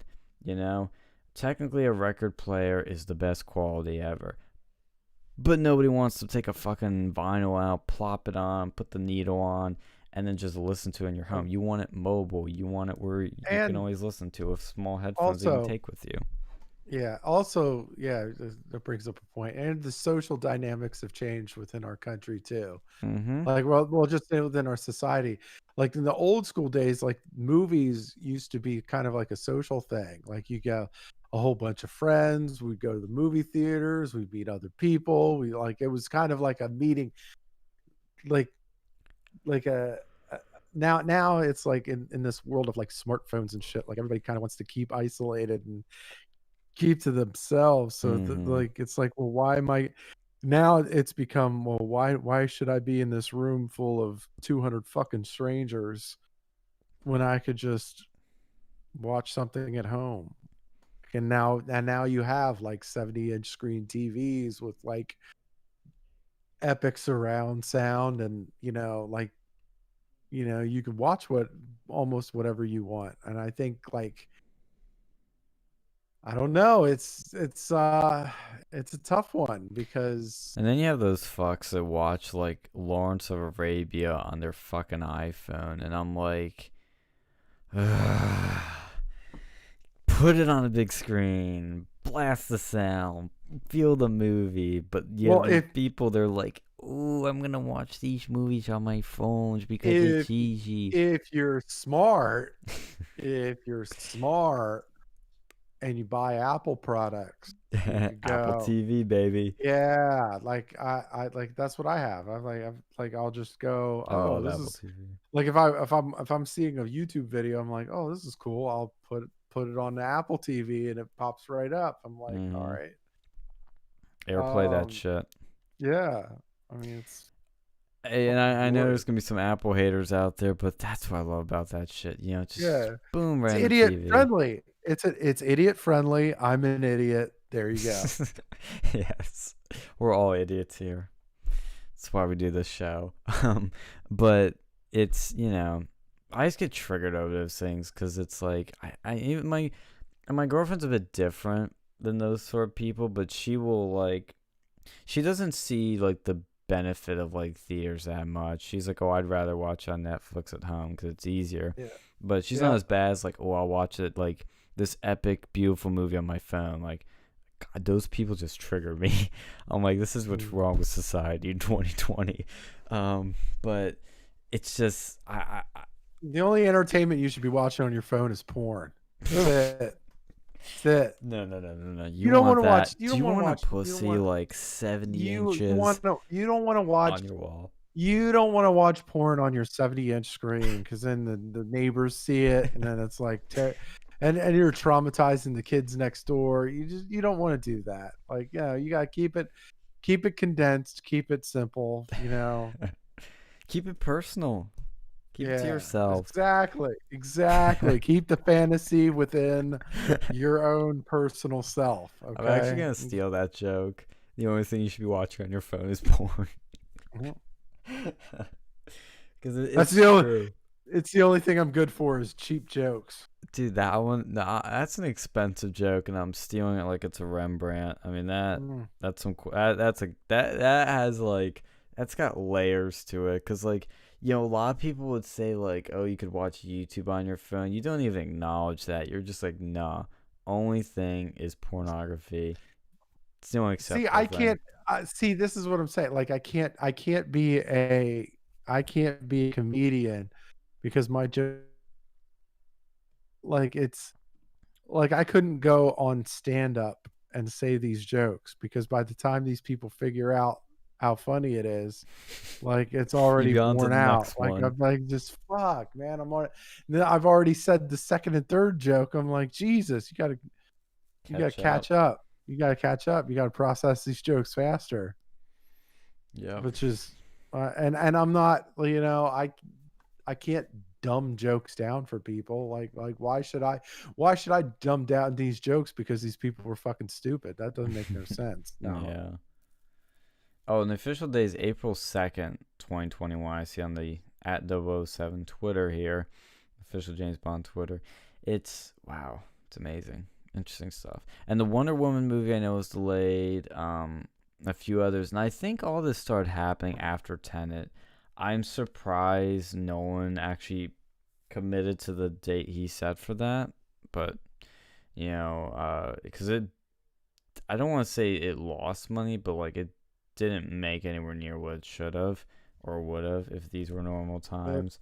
But that, I think that was the movie that people went, okay, this isn't gonna work. People aren't coming to theaters. Let's just not do 2020. But yeah, so there's that. I want to talk about something else, but did you have something else to say? Yeah. You go check the chat. Oh, there's shit happening in the chat. Let's see. Yeah. Yo, opposition. Okay. Yeah. So, if you have like opposition protests, you're probably mentally ill. And I have to say, looking at this video, these people are mentally ill. I just like, there's no other explanation for their existence in this world. They're mentally ill. Okay. That's my final thought. You know what that reminds me of? Do you remember in... Oh, I'm playing this out, by the way. Is everybody hearing this? These fuckers are barking at Trump supporters. Yeah, like rabid dogs. Yeah. You see this one stupid ass though, it has a sign that says grab them by the ballot. Like, yeah, because no one's ever going to grab you by the pussy, you ugly person. I don't know, that one wasn't bad looking, let's hold it, but the other one is kind of ooh. Yeah, they're all kind of. Did you hear the Trump supporter was like, "You're so stupid." They are. Well, no, they're not.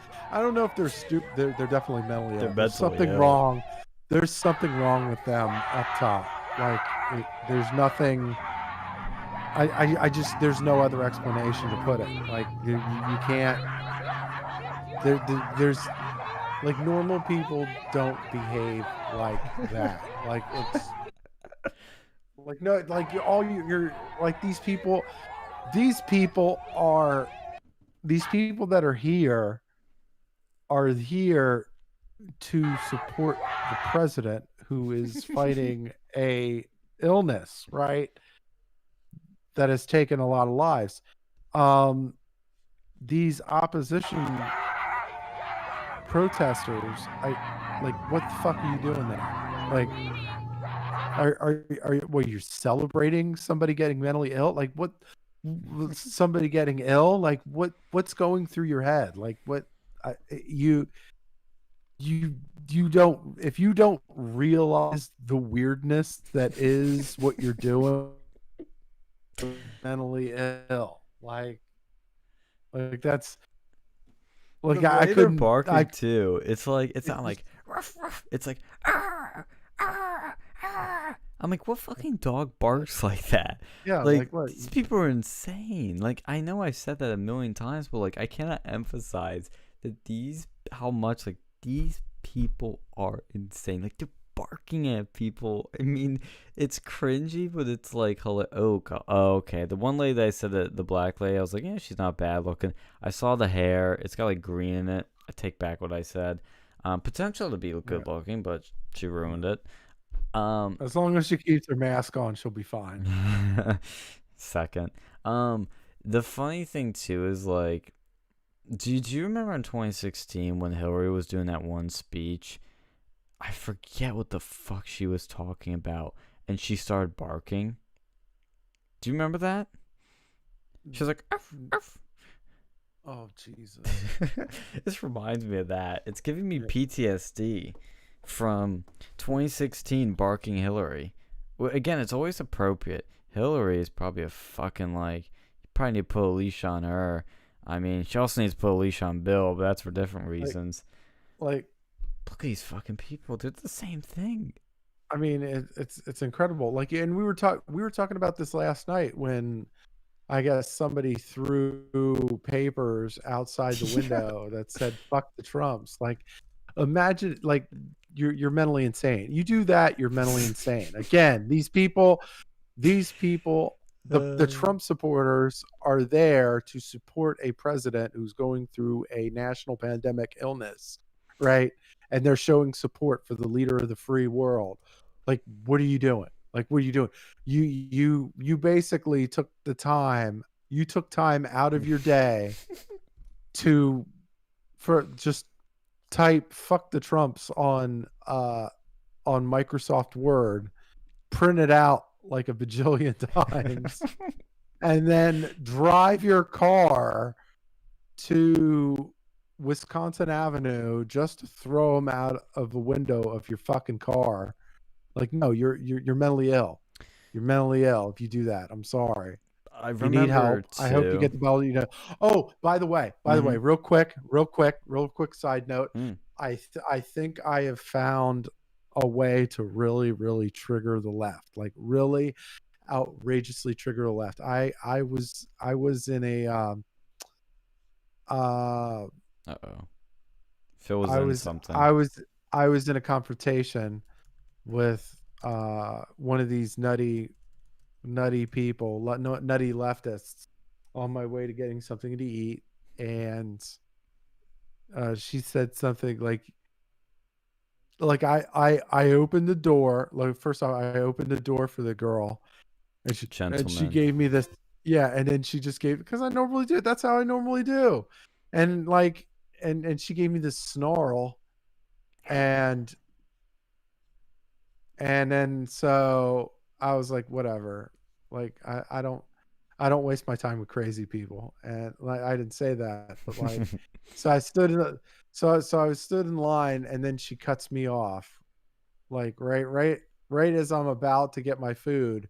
She butts in front of me, and of course the front person,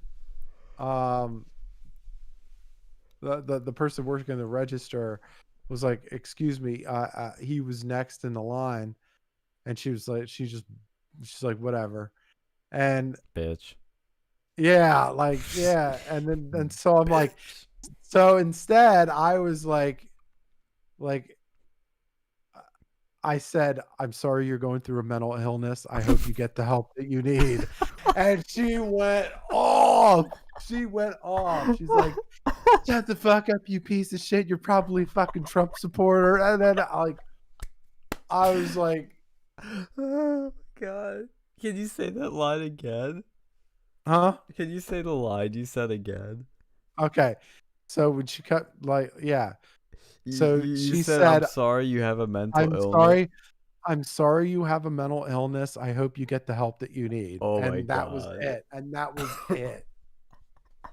Oh It was my beautiful. God. It was, That's just so yeah. well worded, because it's like that's that sly sarcasm that's like proving a point, but it's like in many ways you kind of do want them to seek help, and you do know they have a mental illness, but at the same time it's trolly and it's like fucking with you. That's a quality troll. That's a quality troll. I wish Alex was on to hear that one. That's a quality. Mhm. Yeah. Oh my So God. yeah. Oh God. I just it's I think we should look. I think, look, everybody that's hearing this, everybody on the chat, thank you, by the way, Morton S. That was very loves nice it to too. you. Yeah. I Why appreciate was this that. lady being a I bitch think to you? everybody should. I don't know. I was just like, look, I opened it. You know what? I think it was because I opened the door And implied for that she her. couldn't open it herself. Right. Dude, I I've think always made that jab at my mother because yeah. she's always like, she's super liberal and she like voted Hillary and Yeah. Biden, and she's always like, when I don't open doors, she goes, "Come on, man, open the door for me," and I'm like, "You want equality? I ain't doing it. I thought you guys were all for equality. Like I do it to just like play and to prove a point, but like." I'm not like trying to be rude or anything. I'm just trying to prove a point. But it's like I've always considered that too. Like, what does a feminist think when a man opens a door for them? Like, what is this, yo? How does this scenario play out? Well, now we have an answer. Yeah. I'm gonna. But Can I I think steal that line too? I'm gonna steal one of your jokes, and can I steal your troll now?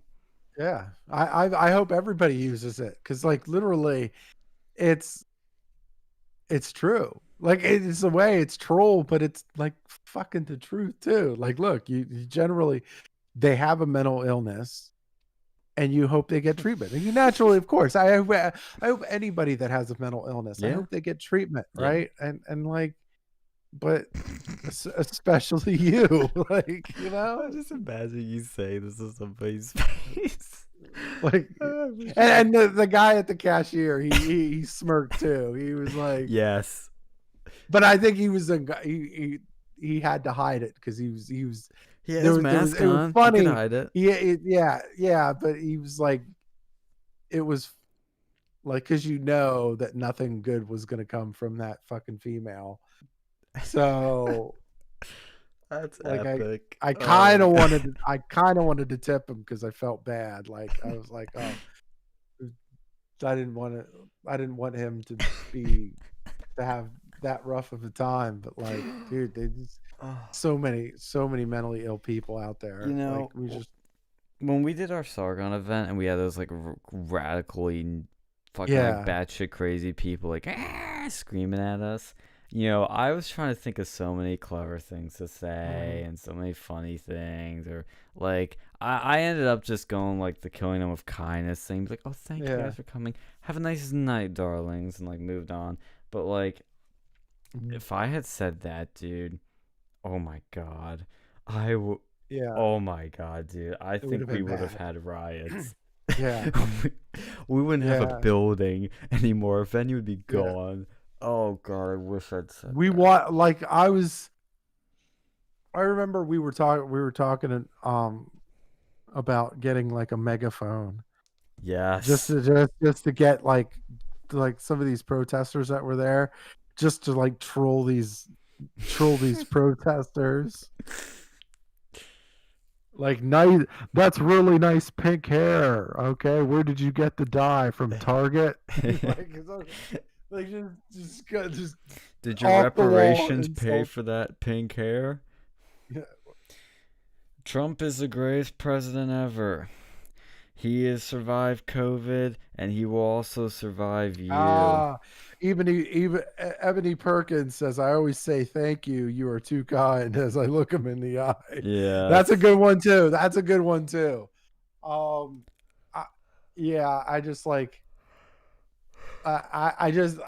We need to prepare some of these, you know, like when we do a counter troll or a counter protest and we troll them, we need to like have some prepared ones, because you gotta have some solid ones. I know when Sargon was him, speaking of Sargon, he was megaphoning some people once. He had some killer ones.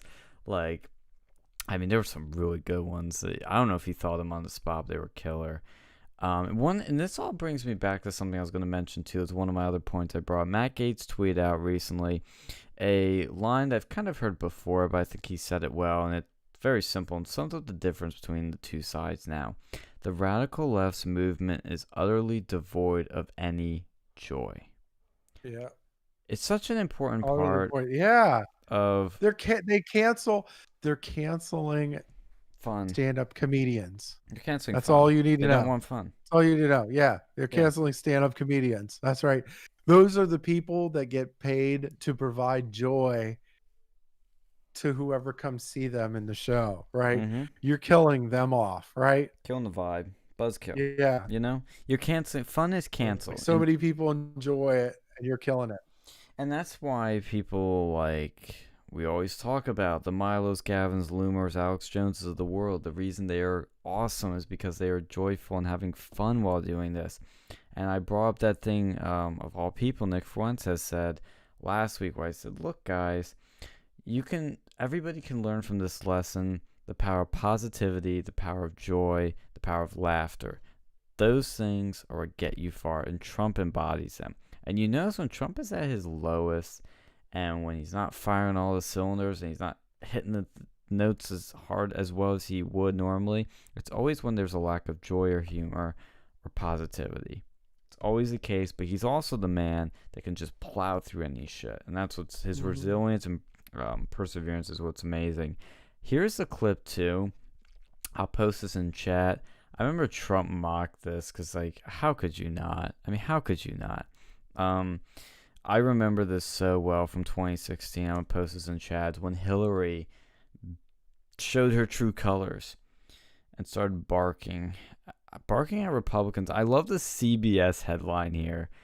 This is CBS News. This isn't Fox. This isn't Breitbart. CBS News titles this video, Hillary Clinton literally barks at Republicans. That the Great Recession was caused by too much regulation on Wall Street. They actually say that. You know, I remember when, you know, I've supported my husband through all of his races in Arkansas. And one of my favorite political ads of all time was a radio ad, rural Arkansas, where the announcer said, wouldn't it be great if somebody running for office said something, we could have an immediate reaction as to whether it was true or not? Well, we've trained this dog, and the dog, if it's not true, he's going to bark. And then the dog was barking on the radio. And so, you know, people were like barking at each other for days after that. I'm trying to figure out how we can do that with the Republicans. You know, we need to get that dog and follow them around, and every time they say these things, like, oh, you know, the Great Recession was caused by too much regulation, you know? Oh God! I think we could cut right through a lot of their, you know, their claims. Like, Jesus, don't. So cringe. Oh, that is so cringe. That is so cringe. I And the can't fact that remember she is as ugly as a dog, and then she's barking on top of that is like it's just perfect. It's perfect. you know what's more perfect? I think We are going to be I respected. think this is the clip. It happened after that. Yeah, Trump's comedic timing is fucking just on point. There was a rally, and I'll play the clip. I won't spoil it, but I'll just play the clip actually. Again, we're not respected. Our leader's not respected. Our leader's not respected. Obama's not respected. Hillary Clinton is a joke. If she gets in, she's like a joke.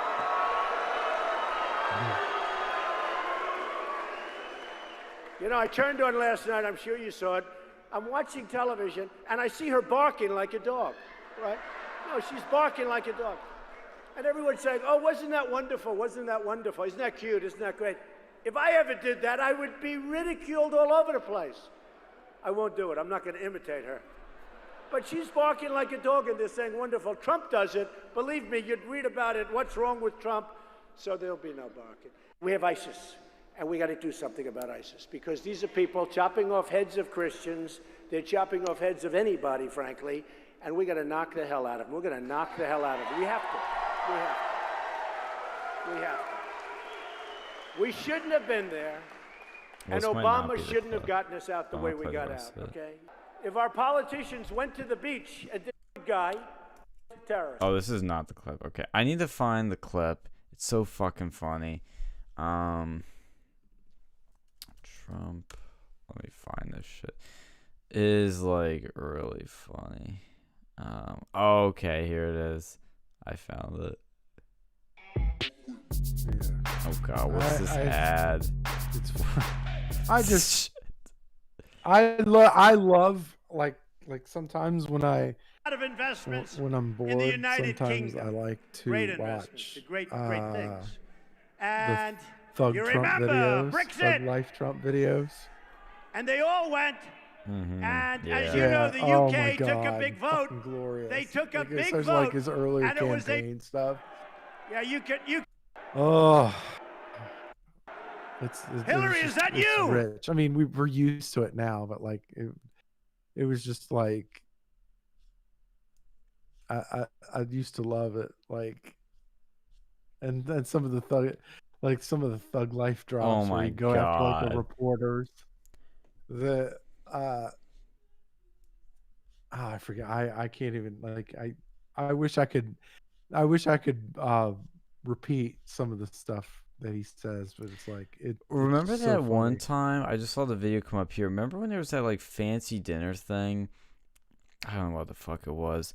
Where there was a bunch of these like elitists and Trump and Hillary were there, and there was a they each gave like speeches and Trump roasted Hillary. Like I had one of those lines where like I think he said like Hillary bumped into me earlier today and she said pardon me. And it was like joking on the whole lock her up thing. And there was like a bunch of other jokes he made too. They were so funny. Like he made jokes about the meat, but like he just like scorched the elite. In fact, my pilot said, "No, Mr. Trump." Oh, I found the clip. I found the fucking clip. This is the funniest fucking thing. I'll play it on the stream, but I'll post it in here so you can play it. It's just so fucking funny. It was right after that barking incident. Something you shouldn't have. What was that? Is that a dog? It's Hillary.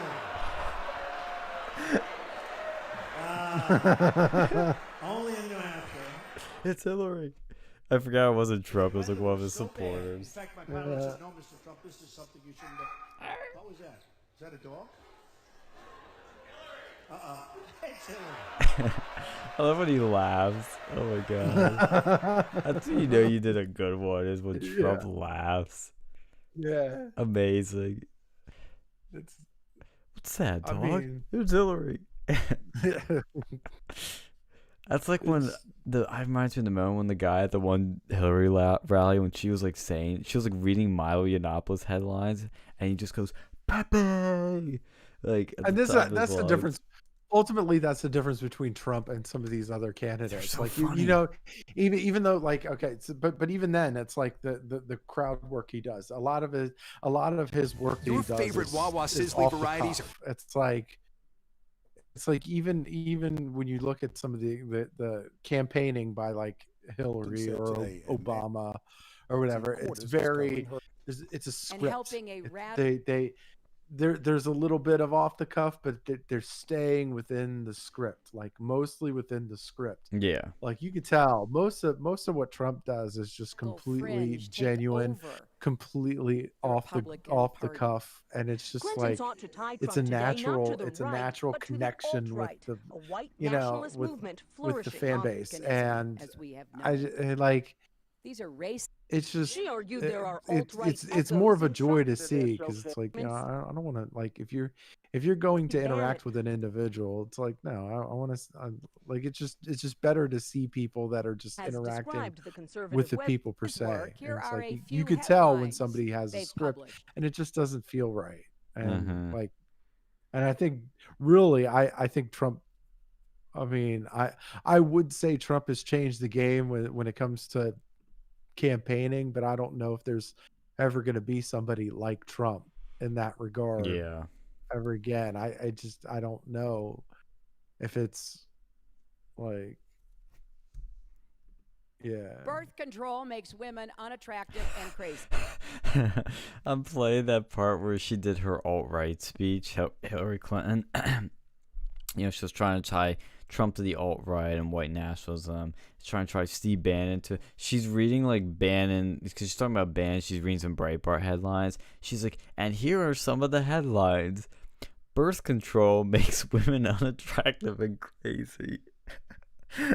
It's just a Milo headline. hoist it high. Oh my god, birth control makes women unattractive and crazy. And Like that's proud. just it's comedy. It's Yeah. not like it's not like a real headline. Oh my god, like that, and that's what people like, and that's the Confederate problem flag that people proclaims a glorious either. heritage.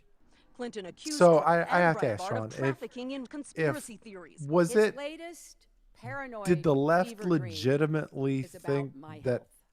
And what all I Milo can was say saying is, was Donald, serious, dream on. or were they just trying to fish for a net? Were they just trying to fish for a negative reaction? Mm-hmm. Like that's what I'm at. Like, because obviously we know that, like, when Milo was at Breitbart or whatever, he was like most of it was just humor. Like most of the stuff, like with the articles and stuff, they were humor. It was humor. provocative. It wasn't really, It was trying to make a It's point, but it was it was funny. like, yeah, it wasn't like, but it was like, did the left think that These are racist ideas, race baiting ideas, when he was writing them? anti-Muslim, Did they anti-immigrant, think he was anti-women. serious when he was writing them, All key tenets or making was up. it like, were they just trying to fish for like something to play the victim card on? Mm-hmm. Like The emerging racist ideology known as the alt-right. you can never tell, Now- because but this is what I'm saying. Like the left is just crazy. Like the left, the fringe left, are just stone cold fucking nuts. And I Did you ever see the clips of when Alex Jones in 2016 had this contest he was giving like fucking rewards to people that would wear a Bill Clinton is a rapist shirt and get it on TV? Like if you got it on TV, like if you wearing a shirt, you'd get like a prize. And if you shouted Bill Clinton is a rapist and it picked up on a mic on live TV, like you get a prize for it. Some of the funny shit. Alex Jones is my spirit animal. Yes, he is the man, Mortis. By the way, the volunteer I was with today is a fucking info warrior. Made my day when I mentioned Alex Jones. He's like, yeah, I watch him too. I'm like, you're an info warrior? He's like, I'm an info warrior. I'm like, I am too. Yeah, it was cool. But I think this is the one.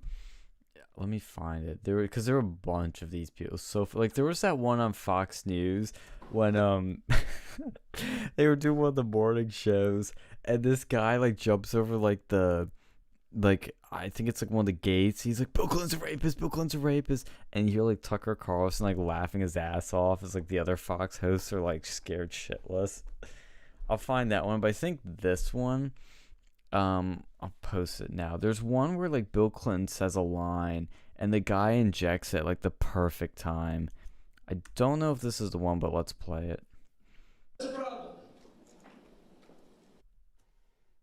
That's a problem. Here's the problem. And don't Bill we Clinton is a also rapist. InfoWars.com.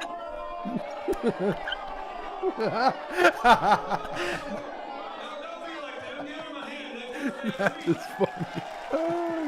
All right, That's so not this guy the pops up, says, funniest one, but that one's so fucking funny. Oh my god. Here's the problem. Bill Clinton.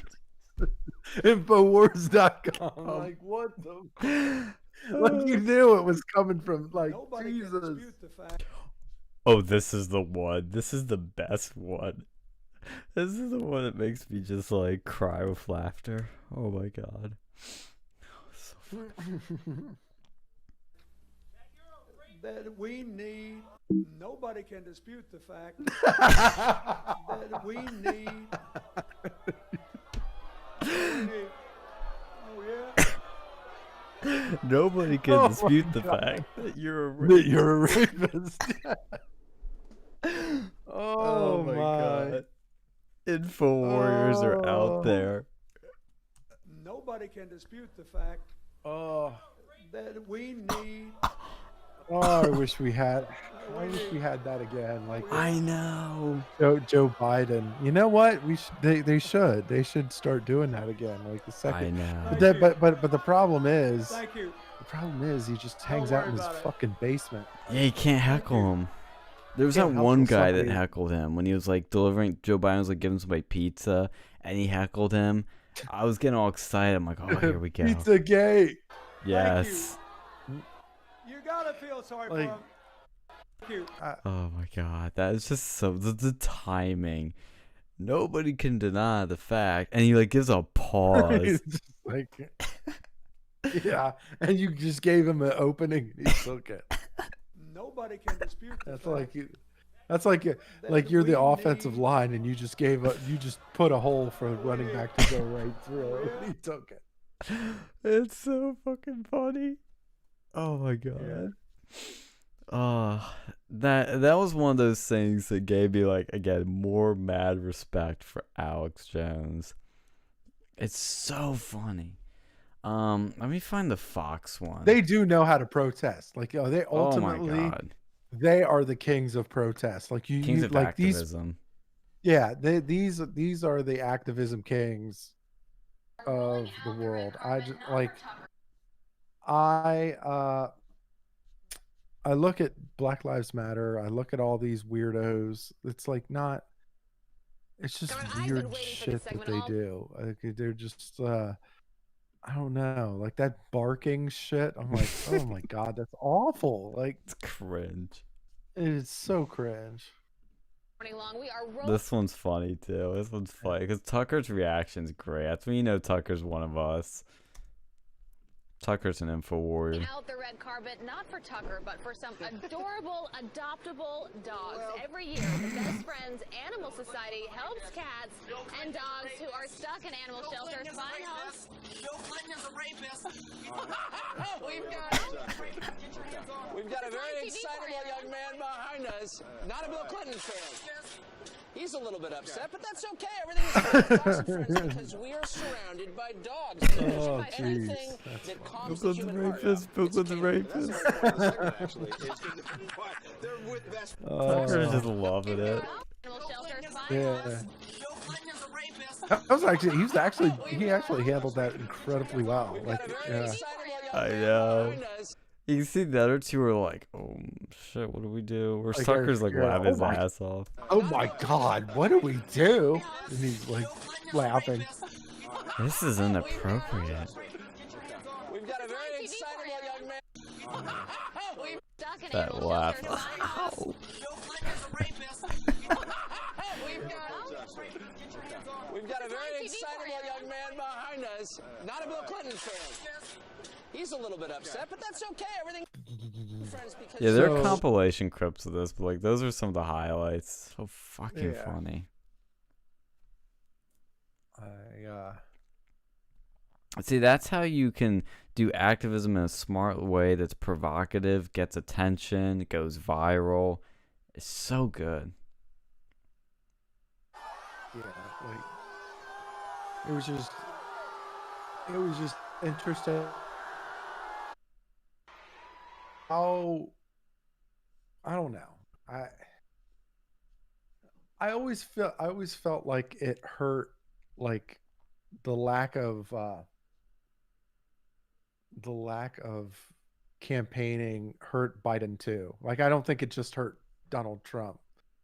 Like, because people like I mean, because there's already that negative stereotype with Biden, and it's just like, oh, he's old, he's decrepit, he's kind of hiding in his basement, he's got dementia, he's like, you know.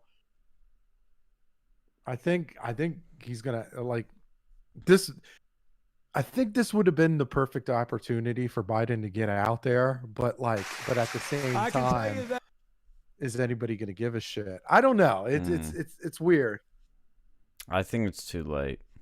I think he's going to cover up some ground, but look, another thing too I forgot to mention, back to serious talk, is that the Biden campaign is now going to start knocking doors, which is a big deal because that tells you a bunch of things. Number one, which is that now the Trump campaign's really got to make sure they are ahead of the game here, which they already are. They've been knocking doors for months, but shit just got real. it's not smooth. It's not going to be as smooth of a cakewalk as it was. But what it also says is the Biden campaign's scared. They know they're in a bad situation. They are scrambling to make up ground, literally. Now, the thing I worry about is that Democrats can usually pull out a bigger, stronger ground game. We'll see if they can really do that. Personally, I don't think so, because they don't have the enthusiasm, so they're not going to get volunteers. But it should not be underestimated. And I think it's interesting now that they have all of a sudden changed their tunes from, oh, we're not doing canvassing, to now we're going to start hitting doors. Yeah, but it's a big deal. That's a little late to be doing. It's to just very start late. doing. Yeah, to just start doing the canvassing. Very, like, very late. Even in 2016, I remember doing it in the summer during my summer semester at Penn State. I was knocking doors. Yeah. They are very late to this. They announced this with only 33 days left. It's a big deal. They know they're in trouble in these swing states. They're going to start door knocking in Michigan, Nevada, New Hampshire, and Pennsylvania. That they're starting this week. So this weekend that we just had right now is when they started. Those are the states that are really up for grabs, okay? Michigan, Nevada, New Hampshire, Pennsylvania. Remember those states. Michigan, Nevada, New Hampshire, Pennsylvania. Those are the ones. And then let's think of the ones that are not going to. Hillary didn't go to Wisconsin. She got fucked there. Think of the states they're not going to, that they're going to get fucked in now. But still, this is big. Big but small, funny enough. Yeah, Trump campaign says it has knocked 1.5 million doors in key swing states since June. The Biden campaign has knocked 0. In 34 days, they have to knock 1.5 million doors. Spoiler alert, it's not going to happen. It's not going to happen. They can't catch up. Yeah, by the time you knock on 1.5 million doors, if you even think you're going to get that far, you're still going to be behind the power curve grossly. Yeah. And yeah, you're fucked. You're fucked. Another statistic on here says the RNC claims that it and the Trump campaign are knocking 2 million doors a week and have hit 19 million doors since they resumed canvassing mid-June. I don't know why there's this discrepancy where it says 19 million, but at the top here it says the Trump campaign says it's knocked 1.5 million. Maybe I guess that's not including the RNC. Like I don't quite get that, but still, if it's 1.5 million or 20 million, that's a shit ton to catch up on. They're not gonna do it.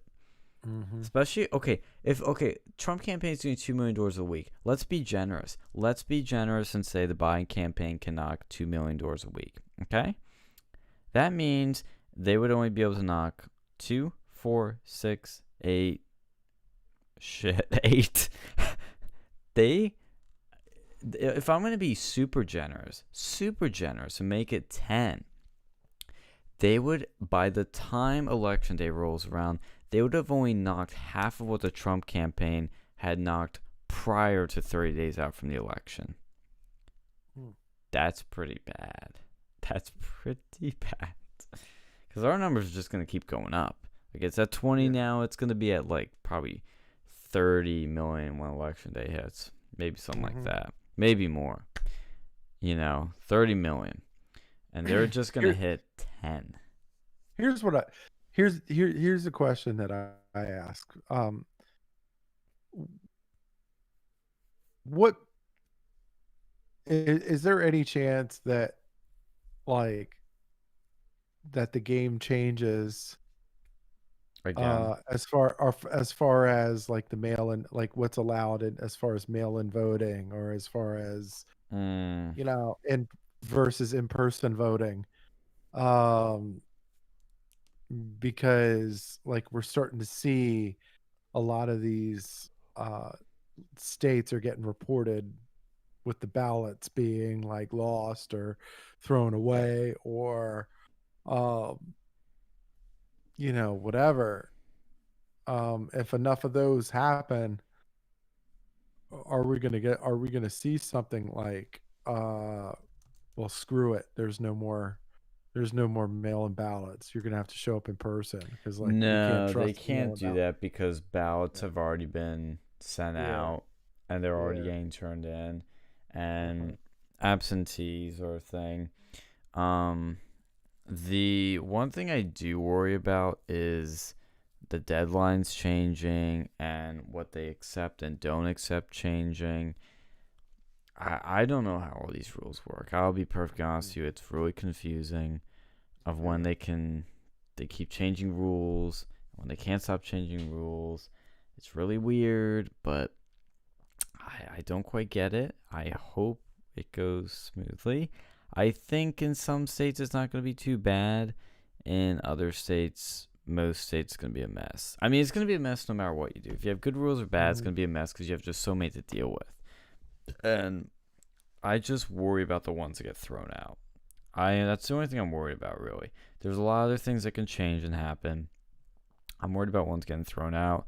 And I'm worried about like what you see in like the Project Veritas video of people going around and harvesting them by paying people to apply for ones and stuff like that. So worried about that. And there's something else I thought and I can't remember what it was. Oh, the VP debate. It's coming up this week. Do we think this is going to be, and I guess we're going to close out soon, but do we think this is going to be a more important VP debate than ever before? There will definitely be a lot more attention on this VP debate than in elections past.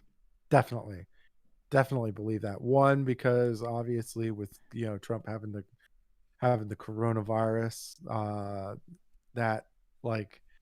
that tends to put a little bit of importance on Mike Pence as far as some people go. And then of course, because Joe Biden, he's just like he's a fucking marionette, right? So because they see Kamala as their queen that they're electing here, He's a marionette. But Joe Biden's basically a marionette puppet for the far left, and so you're gonna have Kamala Harris. Like they're gonna pay attention to Kamala Harris, and they're gonna pay attention to Mike Pence, and like there's gonna be enough of people. Is it gonna be important? Not really, but it's gonna be more people are going to tune in now than in elections past, just because of the circumstances that surround both candidates. So. That's my opinion. I think actually, I've always said the VP debates. I said on the last couple shows, like they really don't matter. I think this one definitely matters more. Yeah, definitely matters more than in previous elections. And it's for two reasons too. It's because of Kamala Harris being what people are really voting for in many ways, and the attention on her, and we really haven't seen her in a debate format, so that's a big deal. And secondly is that with all the attention on Trump right now, there's going to be added attention on Pence, because think of it this way, everybody knows Trump's going to make it out, but you still want that strong backup, and so Pence, his importance has heightened, and I think I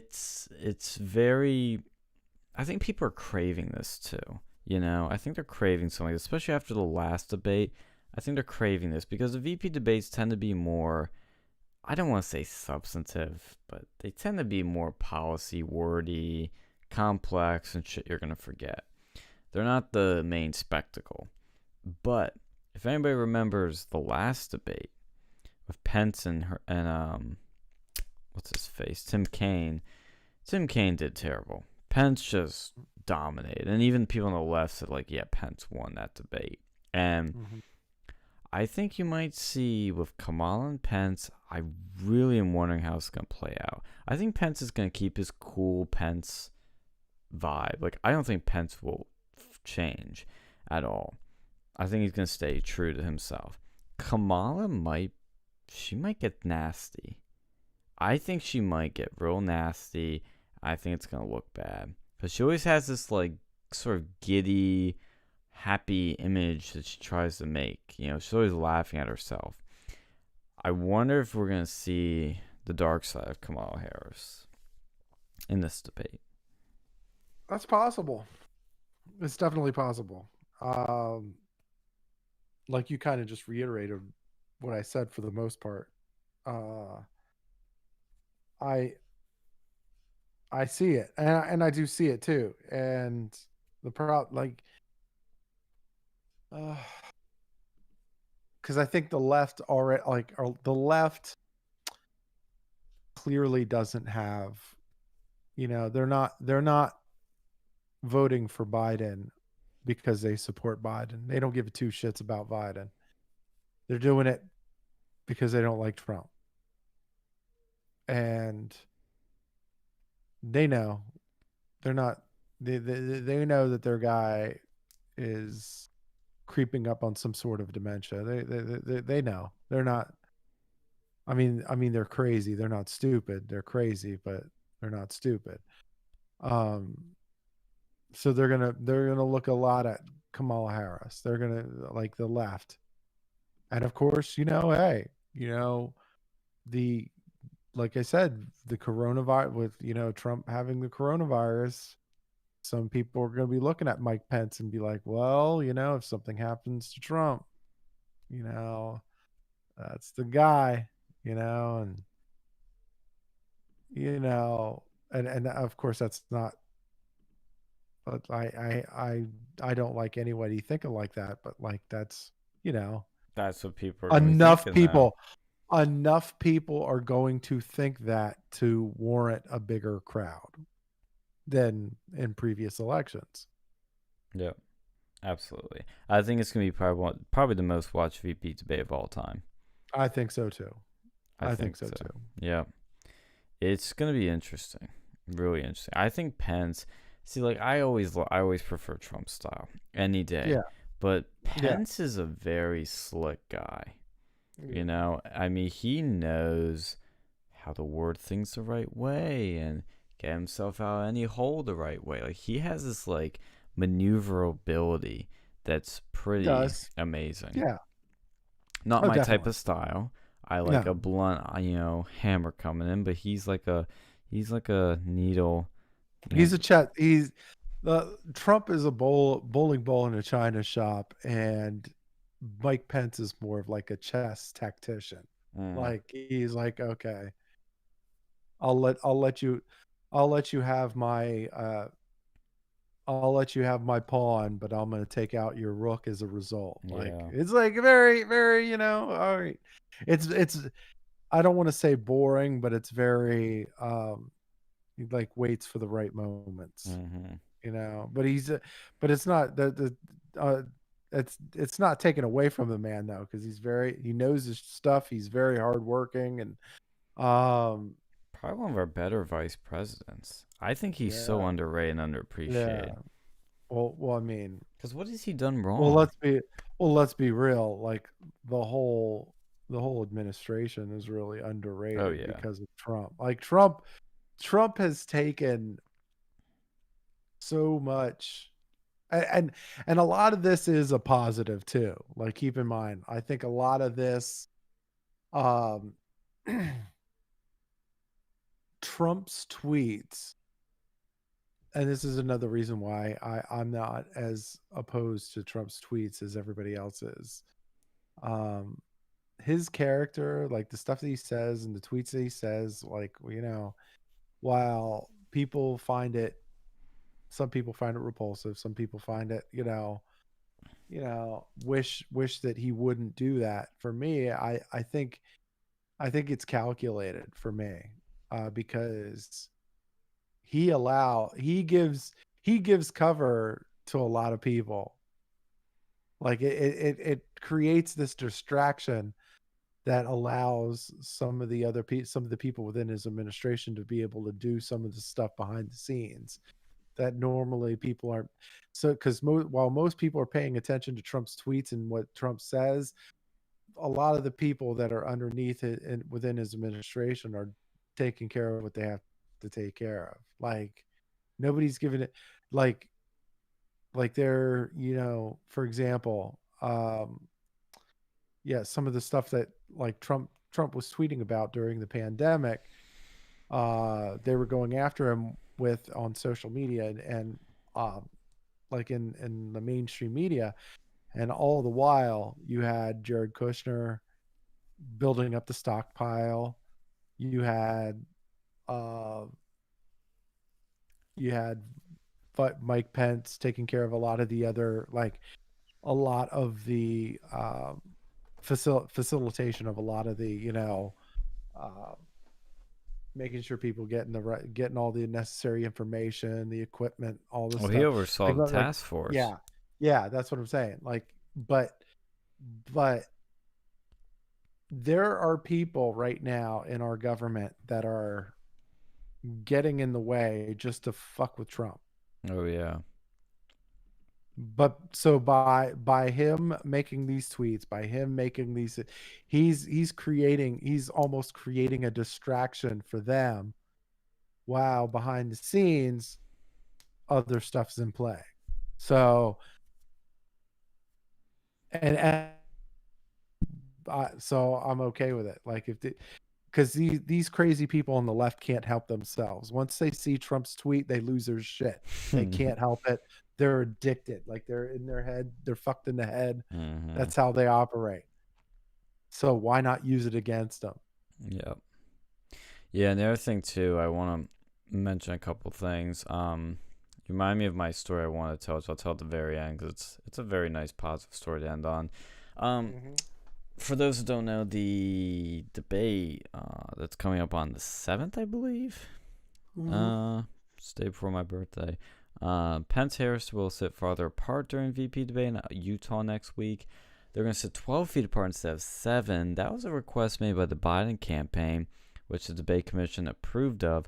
Another request by the Biden campaign was that that Pence and Harris stand for the debate rather than sit, but that was denied. I don't understand that. I'm going to give multiple things I don't understand here, because I noticed last time the VPs sat, and I guess it's a tradition. I saw Palin and Biden stood. Why is the Biden? I guess the Biden campaign wants to stand to show that he isn't Sleepy Joe. He's actually really, really healthy. I don't get why the debate commission denied standing. Like, why are they sitting? I don't quite get that. I mean, not saying it's good or bad. I just don't understand. What's the reason for it? Well, I mean, there was a couple of times. There's been a couple of vice presidential debates that have been seated. Yeah, but there's never been a presidential one that way. No, but again, as we said ourselves, most people don't give a shit. About the vice presidential candidate. Oh yeah. The other thing I want to mention too, this has been mentioned before, but we talked about it on the show, but a report you would really like, you probably already know about her, is Laura Logan, who I think is one of the best reporters out there right now. We used to be on 60 Minutes and did great work there, and she was doing one story there where she was in Egypt during the Arab Spring, and she got gang raped during that. Pretty horrific, traumatic thing. I mean, I remember when that happened. I remember the interview she did with 60 Minutes when it happened too. And now she's on Fox she was on this podcast where she basically blasted the media, calling them propagandists. She's very smart, knows her shit. Very, very, very good reporter. She has a great tweet here from a headline from the Federalist. This is great for a lot of reasons, but I really want to highlight, and we've talked about this before, so this isn't breaking news. But the way it's worded is great. White supremacists who organize Charlottesville race riots endorses Joe Biden. This is, of course, when Richard Spencer endorsed Joe Biden. I love this because I want to be careful with that. I don't love white supremacists, obviously. I hate them, awful people. What I do love is this headline, because if people forget, let's wind the clocks back to Biden's announcement of running for president. He based his whole campaign on the Charlottesville Fine People hoax that Trump called the people in Charlottesville the Nazis and the racists and all that fine people when he was talking about just the protesters, and he condemned the white nationalists and the white supremacists. And this also comes as they claim Trump didn't condemn white supremacists in the debate. Now, I love this headline because it just throws all that out the window and fucks with it. White supremacists. Okay, so the first two words are the people that Trump supposedly didn't condemn, who organized Charlottesville. This is the event the Biden campaign is saying that Trump endorsed and loves, and that Biden's campaign was built on this lie. Race riots. That is what Black Lives Matter has been doing for the past few months, and people hate it. And then endorses Joe Biden. That's the big stinger at the end. The white supremacists who organized the Charlottesville race riots endorses Joe Biden. It's just so perfectly worded. Scott Adams retweeted it, and man, it just shows you how fucked this world is, how big of a clown world it is. When the guy who's basing a campaign on this hoax literally gets endorsed by the guy who organized that fucking rally. Amazing. Amazing. Yeah. So yeah, apparently SNL's making fun of Trump for getting COVID. Oh really? Yeah. Yeah, literally the only good thing SNL has done, and as long as I can remember, was bring Eddie Murphy back for that one night. And he was amazing. But SNL is now just garbage. SNL is just cheering Trump having COVID. This isn't comedy. It's conformist drag. Yeah. I mean, SNL hasn't been funny in years, let's be honest. Yeah. Sorry, but I think we all needed a break. Isn't that satisfying?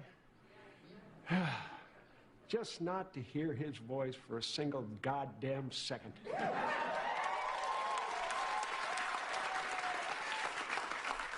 Jim Carrey is gone Let's off bask the in the rails. Trumplessness. Now, Chris, could I speak direct? You can trust. Just imagine if it did. Okay. Now I'll unpause him. Antifa. Nope, can't do it. See, and like, look, there's this like clip from SNL. I'm watching it too, where he like it's like Jim Carrey's by, and he's like pausing Trump, and then he unpauses him. He goes Antifa, and then pause him again, and people laugh. I don't want to say it pisses me off, but it shows the left doesn't take. They either don't know what Antifa is, or they love it and they encourage it. And they're like, haha, you right wingers think Antifa's bad. Haha. It's not. They're anti-fascist. Even though we all know they're a terrorist organization. It's just like they're making light of a terrorist organization. It's like, fuck. People are so tone deaf. God. Morris in the chat. Going out again. Alex Jones is the man. Yes, he is, sir. He got lots of God videos of people yelling at Bill Clinton appearances that he's a rapist. Bill would stop dead in his tracks. Fucking 100%. That's why we were playing them. I just got an InfoWars mask. Good on you, sir. Wore it for the first time today. Nice. Nice. I bet you got a lot of hate for that. Maybe more hate than if you wore a MAGA mask. Tucker is an info warrior. He used to hate Alex back in 2012 when I talked to him in Iowa during the primaries. But since he visited Alex in studio and apologized, he's been on our side since. I think I've heard that story before too. That's pretty amazing. Tucker's got a pretty open mind. It's pretty good on him. But yeah, I think everybody's opinion of Alex has changed. For good and bad. Mine has gone for the good. Alex is a hero. Patriot.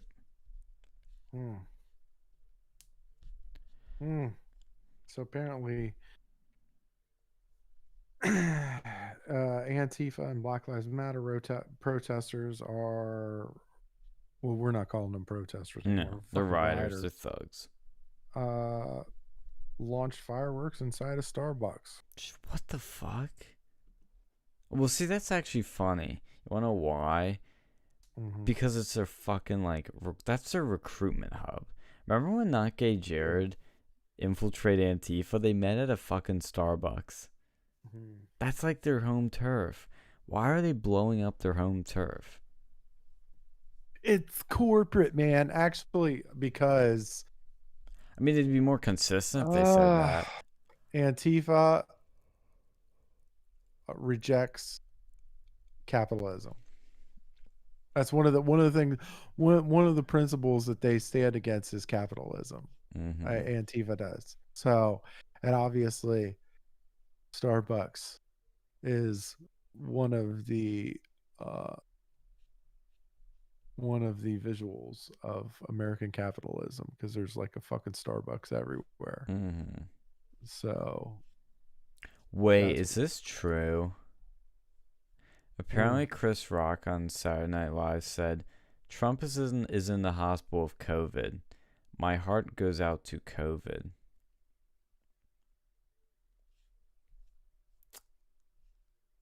Wow. Okay. Wow. That's pretty bad. I get it's supposed to be a joke. I mean, I don't find it funny, and I kind of know what the undertones are. Yeah. I mean, it's not. I mean, Saturday Night Live it's no longer really funny. It's just like a. It's just a. It's like it's like political indoctrination. Like, it's not worth watching anymore. It really isn't. And like, it hasn't been funny for years. Hasn't been like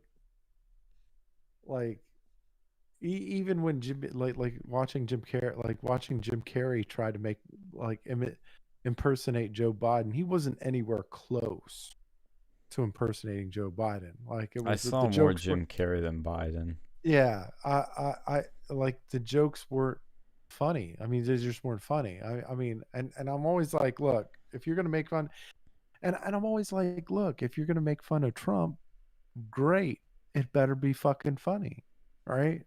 Steven Crowder does a funny Trump impersonation, right? There's been a couple of them. There's been a couple of them out there, but it has to be funny, like, because there's so many people that do it. Like, there's so many people that do presidential imitations. Like, so you need to be funny. Like, Alec Baldwin's Trump impersonation is fucking terrible. Yeah. I mean, it's fucking terrible. Like, nobody's really done a good Trump. Steven Crowder does a good Trump. He does a good Trump. Yeah, this is decent. Yeah. Yeah. The best one, I think. Steven Crowder does the best Trump version, I think. Yeah. Well, maybe, I mean, because he knows Trump, and he takes time to actively do some of the mannerisms, and just kind of try to make it funny or whatever. And it is. But I just, like, I don't know what the fuck Alec Baldwin. I don't know what the fuck he's doing. Like, it's just terrible. Yeah, I'm reading this article. They've already been talking about Chris Rock's opening sketch and his monologue, and oh god, they're talking about the whole show. Okay, so it said, after Jim Carrey's Joe Biden paused the cold open debate sketch to celebrate, quote, science and karma, unquote, that led to this moment. God, they've literally, like, this might be one of the worst SNLs ever. They're literally, like, I don't even want to say joking, but all these have undertones of, haha, Trump got COVID, haha, he deserves it. I hope he dies, haha, hee, we're so funny, haha. Trump's in the hospital. Yeah, it's just awful. I mean, yeah, and it's like I like, and I've always kept this golden rule of comedy, right? If you're gonna if you're gonna be really fucked up It's in gotta the be really content, fucking funny. it better be funny, right? Or else you're just an asshole. You're not like, Yeah. yeah. So Like this other at joke, least Chris get it Rock. right. At least get the fucking Biden shit right. Like get Yeah. the get the dementia part right. Get the fucking like that he forgets shit. Like some of the stuff that's out there on Twitter and stuff. Like at least you got material to be able to, but of course, they've got their their whores for the Democratic Party. Well, and that's what did Chris Rock do at the end of it? You gotta vote. You gotta vote. We've got to take this seriously. We've got to get out there. We've got to go vote. But they don't want us to vote. The government does not want you to vote. Not true. Why do I know they don't want you to vote? Because Election Day is a Tuesday in November. If this show was Tuesday Night Live, it would have gotten canceled in 1975. The one, like, see, here's like another, like, more edgier joke that I think goes over better. He says, where is it? He goes, I think everybody in this audience has been checked in all week. I've had things going up my nose. Every day I come in here. I haven't seen so much stuff up my nose since I shared a dressing room with Chris Farley. It's like, see, that's more, it's more where you want to go. Yeah. Like that's funny. Yeah. Like I could see that being funny. Like I think that might be the only joke. Yeah. Congratulations out of all, like your show's what, 2 hours and you got one fucking joke? Yeah, I just think, look, he's the president of the United States, and people keep forgetting that. They still see him as Trump, not President Trump. And I'm not the one that says, like, oh, you gotta respect authority, and you can't say this, you can't do that, can't talk about this. I'm never that person. But in the context we're in, these aren't jokes. This is stupid, nasty, like, shit that they're just pulling. Science and karma, and my heart goes out to COVID. Like, dude, fuck off with that. Like, fuck off. Say something funny. Like, you could go this route and still be funny. Like, actually who did that? I have a great one. I actually have a great one. It's from our boy Milo, of course. He had a really good one, actually. I think it was like, it's the best way to do this sort of thing. He said, this is what Milo said. He said, not sure how I feel about Trump dying. On one hand, he'll go down as the undefeated God King. On the other, he'll start voting Democrat again. See, that's good. Yeah. He always had that joke, like, why did the dead always vote Democrat? It's like, that's funny. I mean, it's obviously going to play more to maybe a Republican audience, but it's still funny.